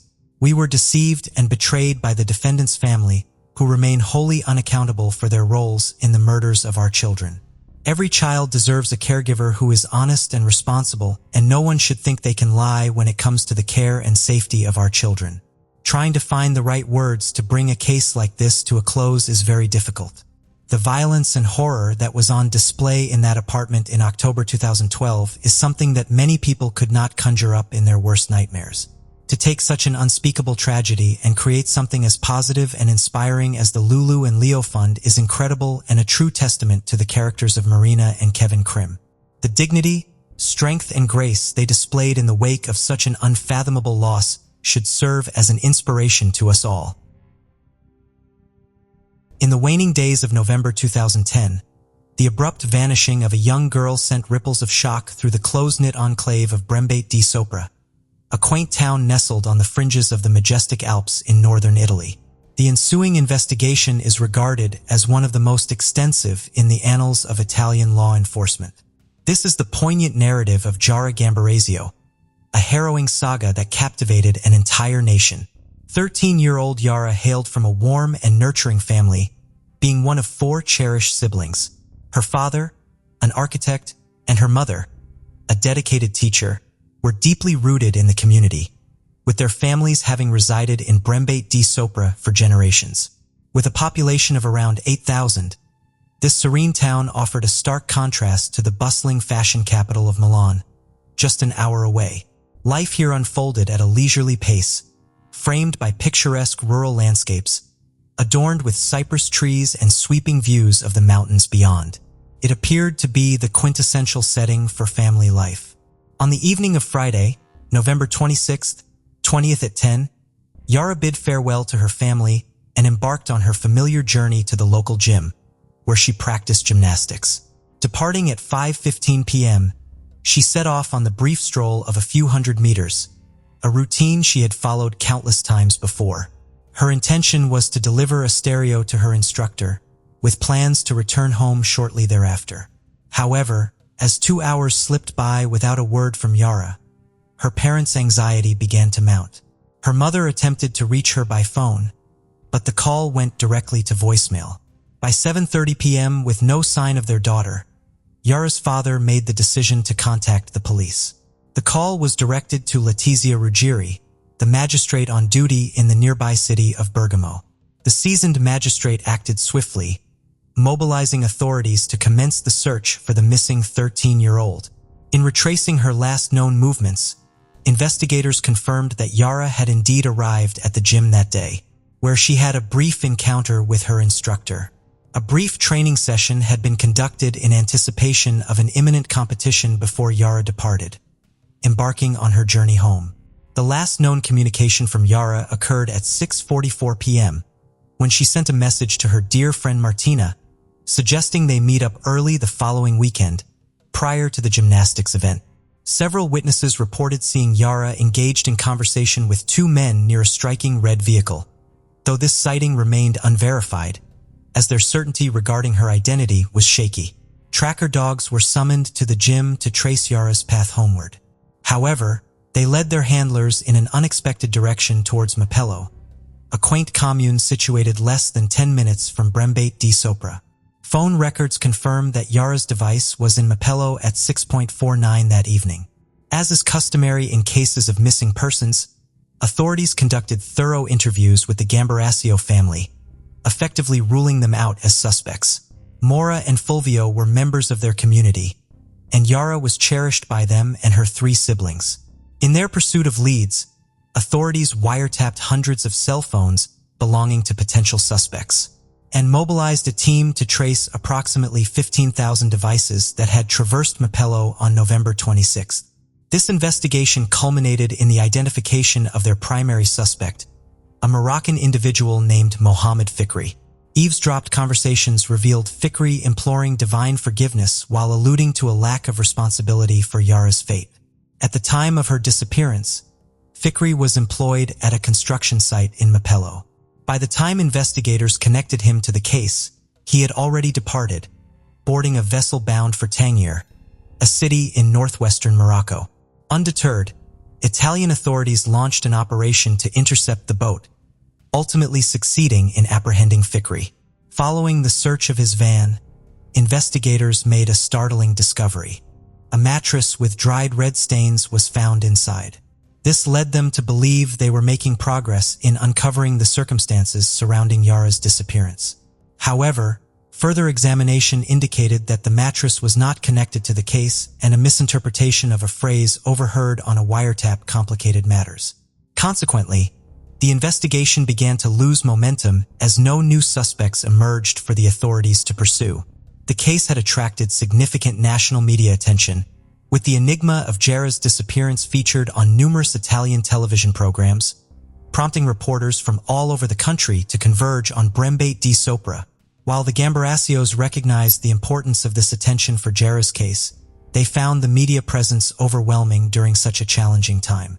Over the subsequent 3 months, the extensive team of investigators diligently followed every lead, examined every reported sighting, and interviewed all potential suspects. Mora and Fulvio clung to the hope that their beloved daughter was still alive and would eventually return to them. Tragically, that hope was shattered on February 26, 2011, 3 months after her last sighting. Ilario Scotti was flying his model airplane in a location 6 miles south of Brembate di Sopra, deliberately choosing a secluded area over scrubland to test his new aircraft. After encountering some difficulties, he landed the plane in a dense patch of vegetation. As he approached the site to retrieve it, something unusual caught his attention. Initially thinking it was discarded clothing, Hilario soon realized he had stumbled upon a pair of shoes. Upon closer examination, he discovered the remains of a person. The individual had evidently been abandoned in that spot for an extended period, yet certain garments caught the eye. A sleek black jacket and a whimsical Hello Kitty sweatshirt, the very attire Yara was last seen wearing. A meticulous examination of the area revealed Yara's iPod and house keys alongside her SIM card and phone battery, though her actual cell phone remained elusive. The autopsy was conducted by one of Italy's most esteemed forensic pathologists. Notably, traces of lime were discovered in Yara's nasal passages and airway, while rope fibers clung to her clothing, hinting that the perpetrator might have ties to the construction industry. Yara's body bore numerous lacerations inflicted by a sharp instrument. The most heartbreaking revelation was that her demise resulted from exposure rather than her injuries. 2 DNA samples were collected from the scene, one from Yara's gloves and another from her phone battery. When these were compared against the national database, neither individual was previously recorded. All evidence, including Yara's clothing, was sent for further analysis. This led to the discovery of a third DNA profile on Yara's underwear 2 months later. Authorities surmised that a struggle had occurred, resulting in the assailant injuring himself and leaving behind his DNA. The suspect was named Ignoto 1, translating to Unknown 1. The next step was to identify the owner of this DNA. Investigators mandated DNA samples from all individuals close to Yara, encompassing family, friends, and local residents who frequented her usual spaces. Concurrently, other officers meticulously cross-referenced phone records of devices that had traversed Brembate di Sopra and the vicinity where Yara's body was found. Upon identifying a number, the owner was located and requested to submit their DNA. This was far from the glamorous portrayal of police work. It entailed countless hours poring over data, striving to match faces to the numbers. Each new sample required several hours for thorough analysis and profiling, with numerous geneticists from across Italy dedicating their time to ensure meticulous logging. The quest for Yara, alongside the relentless pursuit of her assailant, has been recorded as one of the most extensive and costly manhunts in Italy's storied past. Yara was finally laid to rest in late May 2011. In the ensuing months after her body was discovered, thousands of DNA samples were meticulously examined, yet no match was found for Ignoto 1. Letizia Ruggieri opted to explore a different avenue. She understood that many offenders often dispose of their victims in locales they know well. Close to where Yara's body was located, a nightclub thrived. Aware that it was a long shot, Letizia instructed officers to collect DNA samples from patrons outside the club during bustling Friday and Saturday nights. This is where Damiano Garanoni emerged in the investigation. Irregular at the nightclub, his DNA profile closely matched that of Ignoto 1. However, he possessed a strong alibi, having been in South America when Yara was last seen. Nevertheless, the authorities remained undeterred by this lead, with geneticists convinced that Ignoto 1 was a relative of Damiano Garanoni. Every member of the Garanoni family was scrutinized, leading to a startling connection to the Gambarezios. Damiano's mother, Aurora, had served as a domestic helper for the Gambarejo family for a decade. Residing near Yara's home, she visited twice weekly, fostering a close bond with Yara during her upbringing. Aurora always kept a watchful eye on Yara, ensuring she stayed out of trouble. Yara delighted in showcasing her latest gymnastics feats to Aurora. Even after her tenure with the family ended, Aurora maintained a warm relationship with the family. Thus, it was with profound shock that she found herself at the heart of the investigation. "It was the worst thing that could happen to me," Aurora later revealed. Both Aurora and her son Damiano underwent thorough questioning. They were kept under surveillance and were closely monitored. After months of searching for any link between them and the events surrounding Yara, Letizia ultimately came to terms with the realization that this was merely a tragic coincidence. As the one-year anniversary of Yara's death approached, the pressure on law enforcement to identify and apprehend the individual responsible was intensifying. Various politicians began to criticize Letizia, casting doubt on her abilities as a magistrate, despite her having conducted a meticulous investigation from the outset. Nevertheless, she remained focused on the task at hand, honing in on the only promising lead available, Damiano's DNA profile. The team dedicated themselves to constructing a comprehensive family tree for Damiano, resulting in the cataloging of hundreds of names. They traced relatives back to 1815, ultimately creating an extensive family tree. This investigation led them to the quiet village of Gorno, where the same families had resided for generations, including the Garanones. Damiano's uncle Giuseppe had passed away in 1999, and investigators sought to obtain a DNA sample from him. In September 2011, they visited his widow Laura, who provided 2 stamps that her late husband had licked. The analysis indicated that unknown one was likely the son of Giuseppe, making him Damiano's first cousin. Giuseppe had worked as a bus driver and was known for his accordion skills, often performing at local festivals in Gorno. He and Laura had 3 children together, 2 sons and a daughter. However, when their DNA was compared to that of unknown one, none matched perfectly. Given that neither son had children, the most plausible conclusion was that Giuseppe had another son, one not born to Laura, whose existence remained unknown.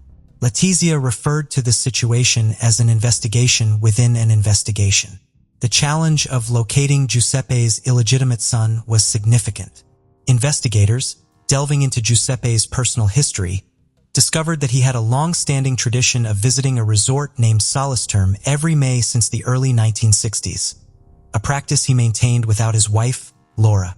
During the spring months of 2012, investigators meticulously examined the records from Solasterm, seeking women whose stays coincided with Giuseppe's visits. Unfortunately, this endeavor yielded no results, nor did their searches through orphanage records and women's shelters. They ultimately surmised that the woman they were seeking was likely married, as divorce had been prohibited in Italy until 1970. Thus, even if she had engaged in an affair with Giuseppe, she would have remained married during that period. Yara's parents enlisted the help of freelance geneticist Giorgio Porta to clarify the investigation's findings in simpler terms. After his review, Giorgio advocated for the exhumation of Giuseppe's body to conduct a comprehensive DNA analysis. The DNA obtained from the stamp could only provide a partial comparison to unknown one's DNA sequence. On March 7, 2013, their request was fulfilled and Giuseppe's body was exhumed, confirming beyond any doubt that he was indeed the father of unknown one. This revelation indicated that there was a son linked to Yara's tragic fate. The authorities chose to keep most details confidential, much to the media's dismay, as they sought a compelling story. Gradually, speculation began to circulate regarding Giuseppe's illegitimate son, who was suspected of being involved in Yara's death. As various journalists launched their own inquiries, numerous affairs and family secrets came to light, creating a narrative reminiscent of a soap opera in the small towns. However, a significant breakthrough was imminent. Marshal Giovanni Mocherino collaborated closely with Letizia in their office, and he was known for his affable nature, albeit with a self-admitted stubborn streak. Yara's case had haunted him for countless sleepless nights, and for 4 relentless years, he dedicated himself to the pursuit of justice for the man behind the tragedy. In a striking contrast to the sophisticated technology employed in the meticulous analysis of DNA samples and the intricate tracking of phone records, preferred a more traditional approach. He thrived on engaging with the community, fostering trust through personal interactions. This method unveiled numerous insights into Giuseppe's life. As previously noted, Giuseppe was a bus driver and Marshall successfully located his former colleagues. The primary bus route catered to factory workers commuting to the flourishing textile mills in the vicinity, with a significant number of female passengers. The drivers often described Giuseppe as a charming ladies' man. As Marshall delved deeper into Giuseppe's world, a name surfaced: Esther Arzuffi. Born and raised in Ponteselva, where Giuseppe had resided since the early 1960s, Esther lived in close proximity to him. At the tender age of 19, she married and relocated to a nearby village, where she worked at a textile mill, taking the bus daily to her job. It was during these commutes that Esther encountered Giuseppe. Her husband, a frail man reliant on a cane, often accompanied her. Yet it was on Giuseppe's bus that Esther found herself falling in love. Did the investigators finally uncover the elusive link? Letizia and her team meticulously scoured their database to ascertain whether Esther's information was recorded. They discovered that a sample had been collected from her in 2012, but due to a laboratory oversight, it had not been properly registered in the system. When the time came to compare Esther's DNA with that of unknown one, the results were unequivocal. Unknown one was none other than Esther's son. Had her sample been accurately documented from the outset, this revelation might have emerged 2 years prior. Esther and her husband returned to Ponteselva in 1970, where they welcomed twins that same year, a boy and a girl. The boy was named Massimo. By 2014, Massimo Bassetti was a 44-year-old man, happily married with children of his own. The family resided in Mapello, the same location where Yara's cell phone had last registered a signal. With Letizia now having a name, she promptly set out to locate Bassetti and obtain a DNA sample for comparison with unknown one. This would serve as the crucial final piece of the puzzle. If his DNA matched that found on Yara's body, they would have identified their suspect. However, directly requesting a sample from Bassetti could arouse suspicion, so a strategic plan was devised. Initially, they needed to track him down. Over several days, Bassetti was monitored, revealing that he maintained a consistent daily routine. Employed in construction, he returned home each evening at the same hour in his small truck, presenting himself as an ordinary family man. Once his routine and vehicle were confirmed, the plan was put into motion. While Bassetti was out driving, an officer stopped him under the pretext of conducting breathalyzer tests to identify drivers exceeding the legal alcohol limit.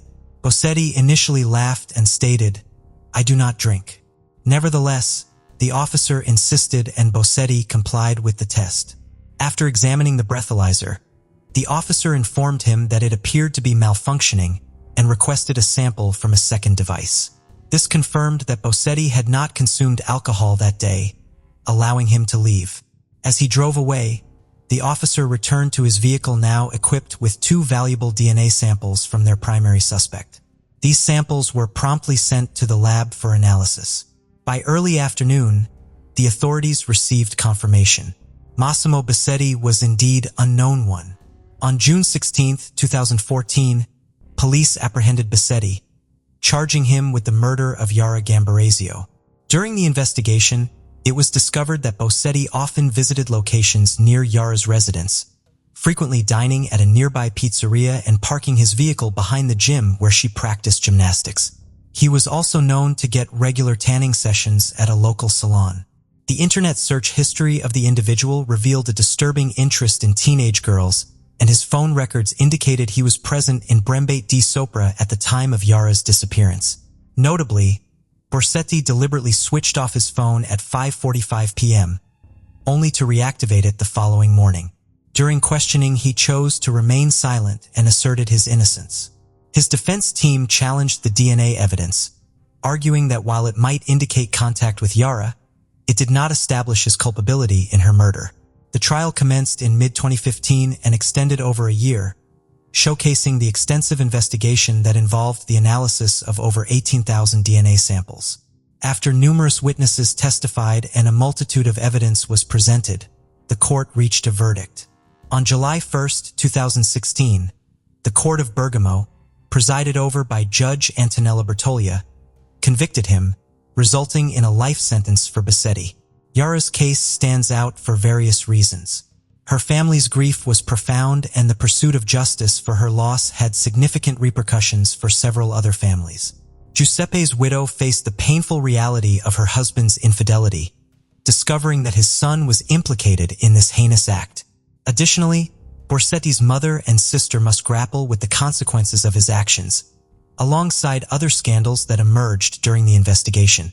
Ultimately, the most heartbreaking aspect remains the tragic loss of Yara Gambarazio, a vibrant young girl. The exact circumstances of that fateful night remain unclear.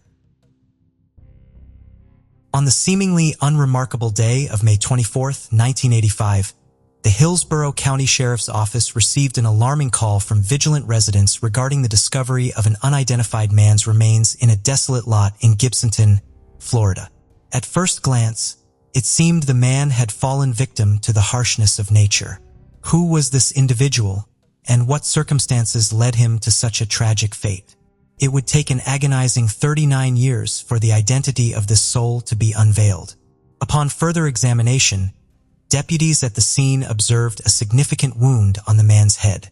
After securing the area, they conducted a thorough search, uncovering various articles of clothing and personal effects. Yet nothing was found that could assist in identifying him, nor was any weapon located nearby. With scant evidence to pursue, the body was transported to the county morgue for a detailed investigation. The autopsy revealed that the man was likely between 40 and 60 years of age. The coroner determined that the head wound was inflicted by a gunshot, likely self-inflicted, exacerbated by exposure to the elements. It was concluded that he had been deceased for several weeks. Unfortunately, no fingerprints could be obtained due to the condition of the skin. The coroner's report detailed the items discovered alongside the remains: a leather jacket, a Western-style long-sleeve shirt, green or brown trousers, a white t-shirt and white jockey shorts. Additional belongings included red ankle boots, a toiletry bag, eyeglasses, and a pack of Merit cigarettes. The coroner also remarked that the man's appearance indicated he may have experienced homelessness for an extended period, as evidenced by the significant wear on his clothing and possessions. A forensic composite, along with the coroner's findings, was made public in hopes of sparking leads and refreshing the memories of those who might have encountered him before his untimely end. Regrettably, no new information emerged at the sheriff's office. Following the unsuccessful attempt, deputies meticulously uploaded the case particulars, including the composite sketch, to the National Missing and Unidentified Persons Database. The unidentified individual from Hillsborough County was designated as UP 207. Law enforcement officials diligently combed through missing persons cases throughout Florida, Yet no connections were found with their John Doe. Ultimately, after exhausting all avenues, the case grew cold in the early 1990s. From time to time, cold case detectives revisited the archived files seeking to uncover the identity of the man. It would not be until nearly 4 decades later that they encountered their most promising opportunity to unveil their John Doe's identity. In 2023, the Hillsborough County Sheriff's Office became aware of an innovative DNA testing program capable of linking cold case DNA samples to living relatives across the United States. All that was required was a viable DNA sample from their John Doe. The skeletal remains had been remarkably preserved, prompting the Sheriff's Office to collaborate with Othram Labs in the Woodlands to conduct this groundbreaking experiment. The scientists at the lab successfully extracted a viable DNA sample and, through forensic-grade genome sequencing, crafted a detailed DNA profile. Equipped with this profile, Othram scientists employed their genetic genealogy testing program to uncover potential leads to the unidentified man's relatives. This endeavor yielded success, revealing a significant familial connection in Knoxville, Tennessee. In January 2024, a dedicated team of investigators from the Sheriff's Office reached out to the Ray family in Tennessee.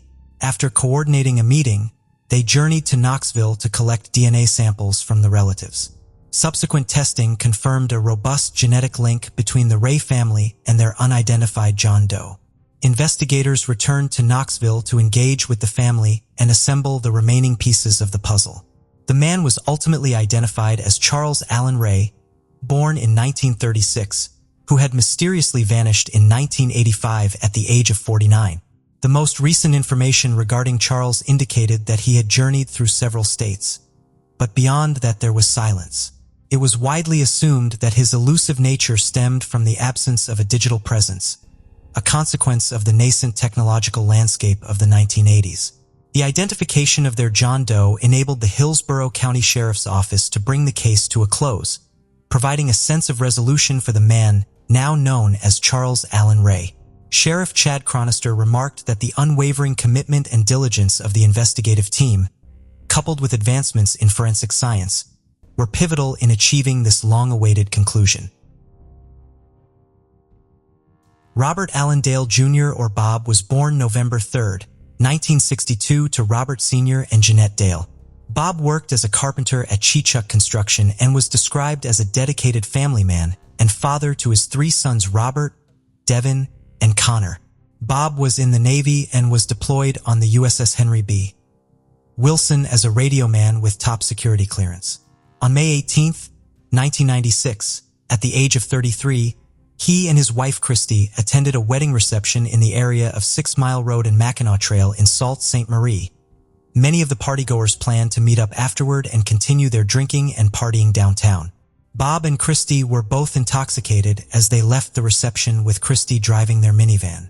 Several witnesses saw her driving northbound on 6 Mile Road on Mackinac Trail at 11:15 p.m. They were en route to the downtowner bar, but had apparently been arguing. She says she doesn't remember if Bob got out of the van at the 3 Mile Mackinac Trail intersection or if he was in the van when she made it downtown because she was so intoxicated. One report stated that she vaguely remembered him sleeping in the van after they had an argument. It's possible that he exited the van at the 3 Mile Mackinac Trail intersection, which is a rural area, and planned to walk home, which was about 2 to 3 miles away. However, he was not dressed for the weather that night, which was in the mid-40s, and was wearing black dress pants, a bright yellow polo-style shirt, and deck-style shoes. There is also the possibility that Bob rode in the van with Christy all the way downtown, and there was one sighting of him there. A man reported seeing Bob behind the downtowner bar between 11:30 p.m. and midnight, but his family is adamant that he never made it downtown, and then strangely years later, that witness recanted his sighting. Christy made it to downtown Sault Ste. Marie in about 15 to 20 minutes to an area known as Maloney's Alley, where several bars and night spots are located. Around 1 a.m., she returned home to relieve 2 young babysitters, and when the 2 girls asked where Bob was, Christy said to the effect of, "Left him behind." Once the babysitters were paid and returned to their home, Christy drove drunk once again and went downtown for a second time, back to Maloney's Alley, leaving the kids home alone asleep. According to friends, she was laughing, dancing, and acting like nothing was wrong. Just a few hours later, in the early morning hours, Christy made a panicked call to Bob's brother asking where Bob was. But he didn't know. Bob had little money and no credit cards with him at the time he went missing, and there is no evidence that he attempted to hitchhike or take a taxi cab out of the area. Authorities do not believe he left of his own accord, and his family suspects foul play was involved in his disappearance. There have been many organized searches, including scuba teams and cadaver dogs, but there hasn't been a solid clue to his whereabouts. The area around 3 Mile Mackinac Trail intersection was searched, but it is a marshy, swampy area which makes searches challenging. In the last decade, the area was torn up to create a roundabout and no sign of Bob was located. His family often conduct searches looking for his body but have found no clues. Investigators state that Christy has been cooperative during this entire investigation and has passed 2 lie detector tests. There were no large or noticeable gaps between the time when Christy and Bob left the wedding reception and when Christy arrived downtown, and she appears to have arrived in a reasonable amount of time. While some still speculate that he met with foul play and multiple people covered up the crime, it is also speculated that he may have stumbled into nearby water in a drunken state. One rumor circulating was that he was urinating on the side of the road after a fight with Christy and planning to walk home while she continued to the bars as planned. Without her knowledge at the time, he was hit and killed by a drunk driver in a car occupied by several men that he knew. Panicked, they put him in the trunk and later buried him. At the time, a new hockey arena was being constructed on the local reservation not far from 3 Mile Mackinac Trail and is now called the Big Bear Arena. The concrete floor was poured a day or two after Bob disappeared, and one or more of the alleged men had access to construction equipment and another one was actually working on the Big Bear project. Of the men, one is rumored to be Christy's brother, one killed himself within a couple years of the disappearance, and one of them later died from alcoholism. Either way, his 3 sons have grown up not knowing what happened to their father, and his family just wants to give him a proper burial. 26 years later, Bob's whereabouts remain unclear, and as of today, this case remains unsolved. Carolyn Elizabeth Lawson was born Carolyn Smith to David and Harriet Smith. She went by the nickname Carrie and was originally from Cleveland, Tennessee. She graduated from Cleveland High School and then would go on to attend law school at the University of Alabama. She would marry Earl Lawson Jr. in 1990 and then graduate from the University of Alabama's law school and would obtain a job with the Jasper law firm. Soon after these accomplishments, at the age of 25, she was living in Jasper, Alabama with her husband. Sometime after midnight in the early morning hours of September the 11th, 1991, received a phone call from a woman claiming to be a nurse at Walker Regional Medical Center, a nearby hospital. The caller told her that her father was in the hospital, seriously injured, and she needed to come now. Carrie and Earl rushed outside to get in their Ford Explorer to go to the hospital when a masked gunman appeared. He forced them to get out of the vehicle, forced Carrie to the ground, and made her bind Earl with duct tape. The man then drove away with Carrie in her own vehicle. Earl managed to free himself, and since his keys were taken, he had to kick in the back door to get inside to call 911. After her abduction, the FBI would set up a command post inside the couple's home. Received a phone call the very next morning from her kidnapper demanding a $300,000 ransom for her safe return. Her loved ones gathered the money believing Carrie would be returned to them as soon as they did. The kidnapper initially demanded Earl's father make the delivery in Coleman, Alabama, but when he showed up to the site, there were about 5 police cars there that were totally unconnected to the kidnapping case and were there purely by coincidence. But the kidnapper didn't know that and called off the drop. Her family demanded he prove she was safe and she was allowed to call. The FBI was taping the call, but the tape recorder was turned off and had malfunctioned. The next day, September 13th, another meeting was arranged and Earl delivered the $300,000 to a service station on the outskirts of Jasper. He called the payphone and told Earl he was watching him. Under the FBI's direction, Earl wore a directional beeper to let agents follow him as he made the drop. Concealed in the ransom bag was another beeper, which would allow agents to follow the kidnapper. Both beepers, however, transmitted on the same frequency, and when the drop was over, the agents who had air support unwittingly followed Earl's vehicle instead of the money. The kidnapper then made the family run around in circles from payphone to payphone and location to location until ultimately the money was dropped into a dark culvert as instructed by the kidnapper. The money was picked up on September 13th, 2 days after Carrie's abduction, but she was not released and she was never heard from again. The couple's Ford Explorer was found a week after the abduction in the woods in Winston County, Alabama. The FBI was able to identify the kidnapper's voice after releasing audio tapes as 49-year-old Jerry Bland. They then focused on Karen McPherson, a truck driver from Walker County, Alabama, and a cousin of Bland's by marriage. McPherson later pleaded guilty to the kidnapping, but said she did not know Carrie's whereabouts. She stated that Bland abducted Carrie and McPherson herself was only an accomplice and the one that made the phone call pretending to be a nurse.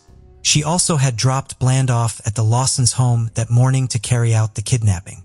McPherson said she last saw Carrie a day or two after the kidnapping and she was alive at the time. She claimed that Bland later told her that Carrie had escaped and ran into a remote wooded area. On September 28, 1991, 3 weeks after the abduction, agents searched Bland's home and located some of the money in a truck on his property matching the recorded serial numbers. They searched his home and questioned him, but didn't arrest him at that time and instead staked out the house throughout the weekend. He and his wife and their 2 daughters slept on mattresses in the living room. At some point, his wife and daughters left the home and Bland killed himself. He left a suicide note stating that most of the ransom money could be found in the attic. Indeed, 250 of the 300 grand was found in the attic. Sadly, the note did not indicate Carrie's whereabouts.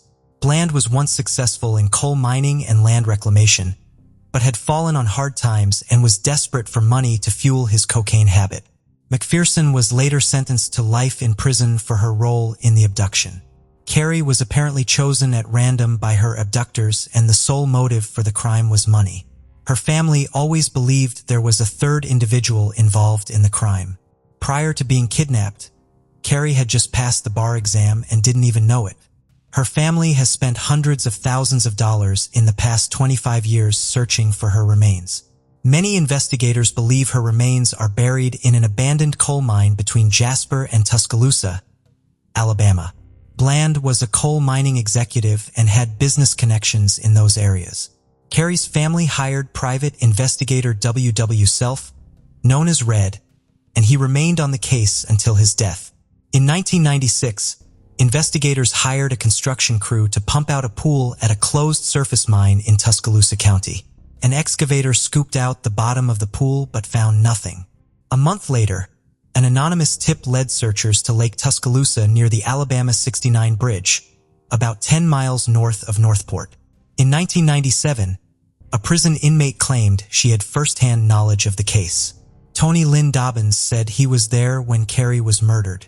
He said he and another man guarded Carrie at an abandoned house in Marshall County, and then she was taken to Jackson County where she was killed. Dobbins led searchers to where he said her body was left, but again, the tip led nowhere. In 2000, the Smiths met with FBI agents and pleaded with them to reopen the case, but were told all leads had been exhausted. In 2002, another tip led searchers to look for her possible remains in an area of private land off Oregonia Road in North Tuscaloosa County. A search dog team from Hamburg, Germany was used for the search but found nothing. The search for Carrie continues, but her body has never been found. Over the years, there have been several extortions attempted on the Lawson family, one that led to a 15-year prison sentence for the convict. McPherson remains behind bars and has been denied parole multiple times. McPherson's family fights for parole and states that her role in the abduction was minor. Carrie's mother passed away with Alzheimer's and her father remarried. Carrie's husband Earl later moved to Birmingham and works as an attorney. He remarried and now has 3 children. As of today, Carrie has never been found and her family still seeks closure. Felicia and Weaver was referred to as Lisa by her loved ones. At the age of 52, Lisa had 3 adult sons and 4 grandchildren, but was sadly suffering from end-stage COPD. The decision was made for her to move in with her ex-husband Edward, who she was reportedly on good terms with. Two of her adult sons were also staying there and would help care for her since she could no longer care for herself. The house where she was staying was located on Jack Cole Road in Hayden, Alabama. She was relying on supplemental oxygen to survive and could only walk about 100 feet before she needed to take a break. Her health was declining and her family had discussed getting hospice for her. On the morning of February 5, 2015, before her son Michael left the home, he saw her sitting in bed using her iPad.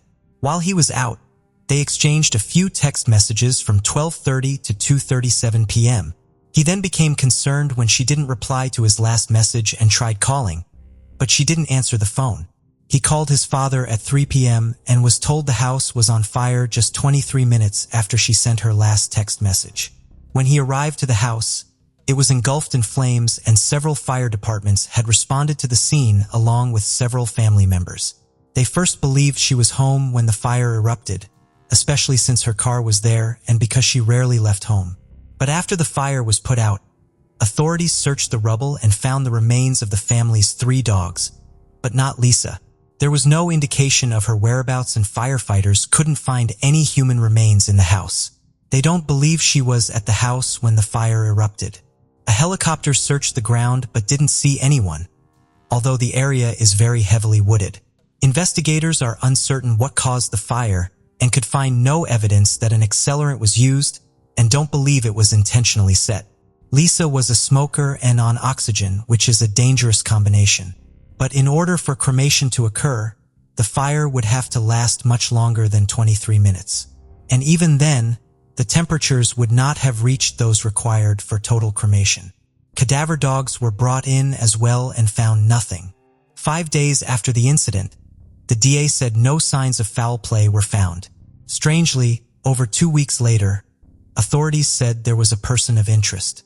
However, no further details have been released in several years, and as of today, this case remains unsolved. Here's an interesting side note regarding the road that Lisa vanished from. Hayden, Alabama's Jack Cole Road has been described as one of the most haunted places in Alabama and is well known for its paranormal history, and many believe Lisa is one of its many victims.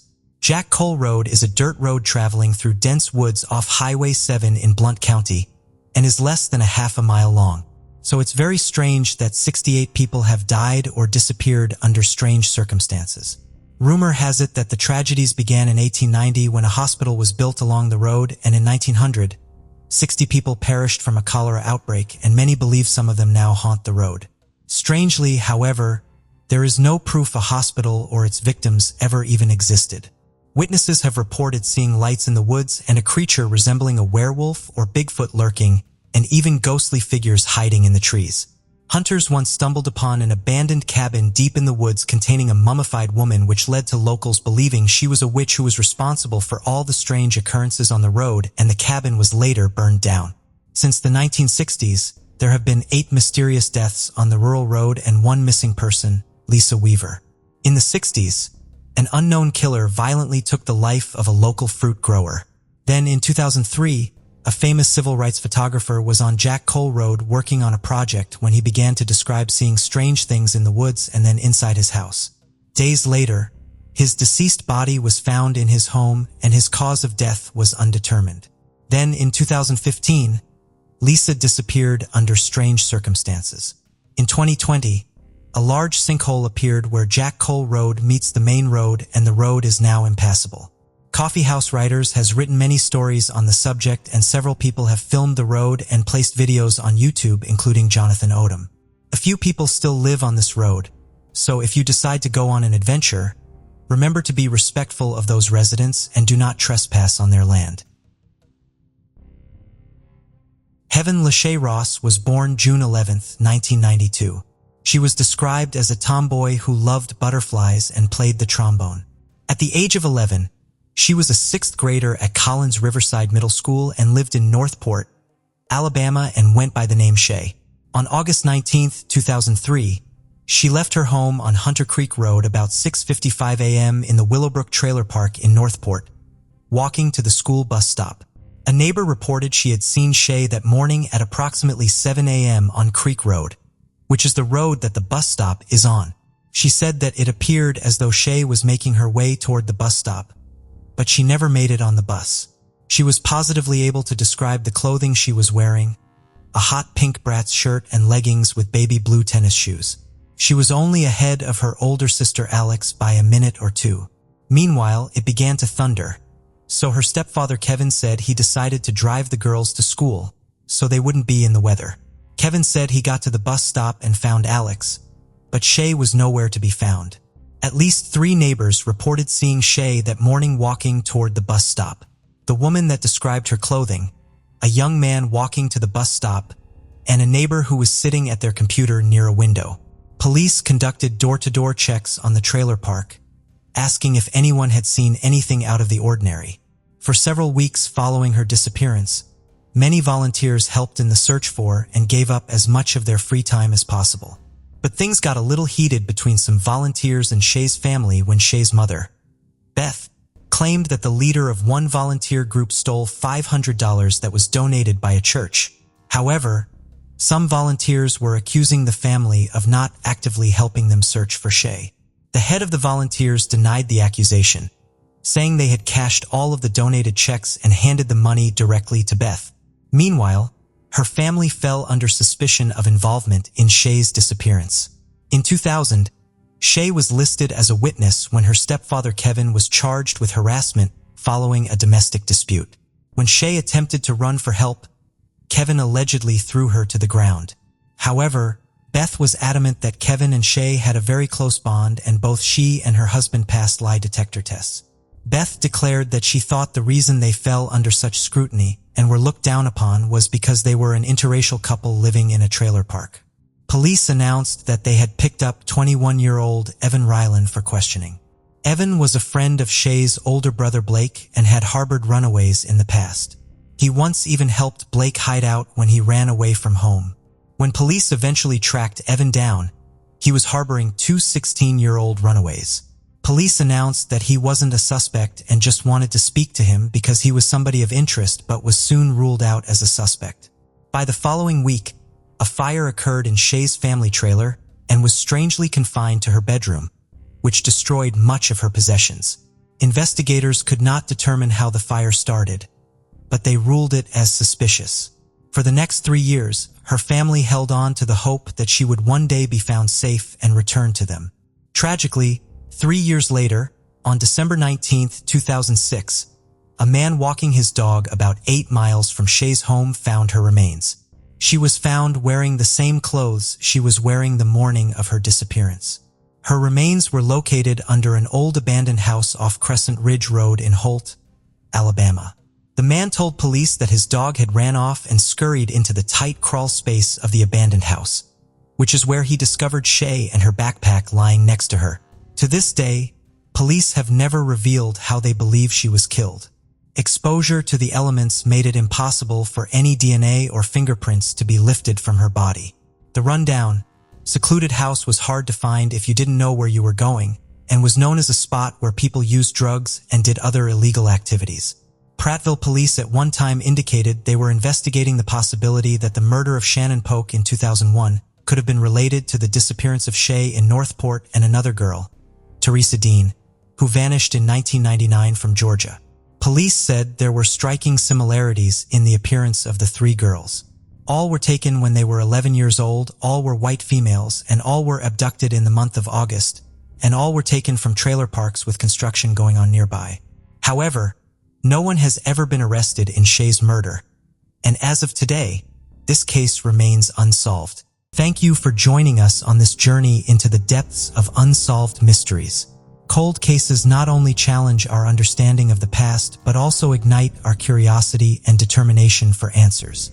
Remember to subscribe to stay updated on our latest investigations. And if you have any information regarding the cases we've covered, don't hesitate to reach out. Together, we can shed light on the shadows of the past and bring closure to those who seek it. Until next time, stay vigilant, stay curious, and never stop seeking the truth.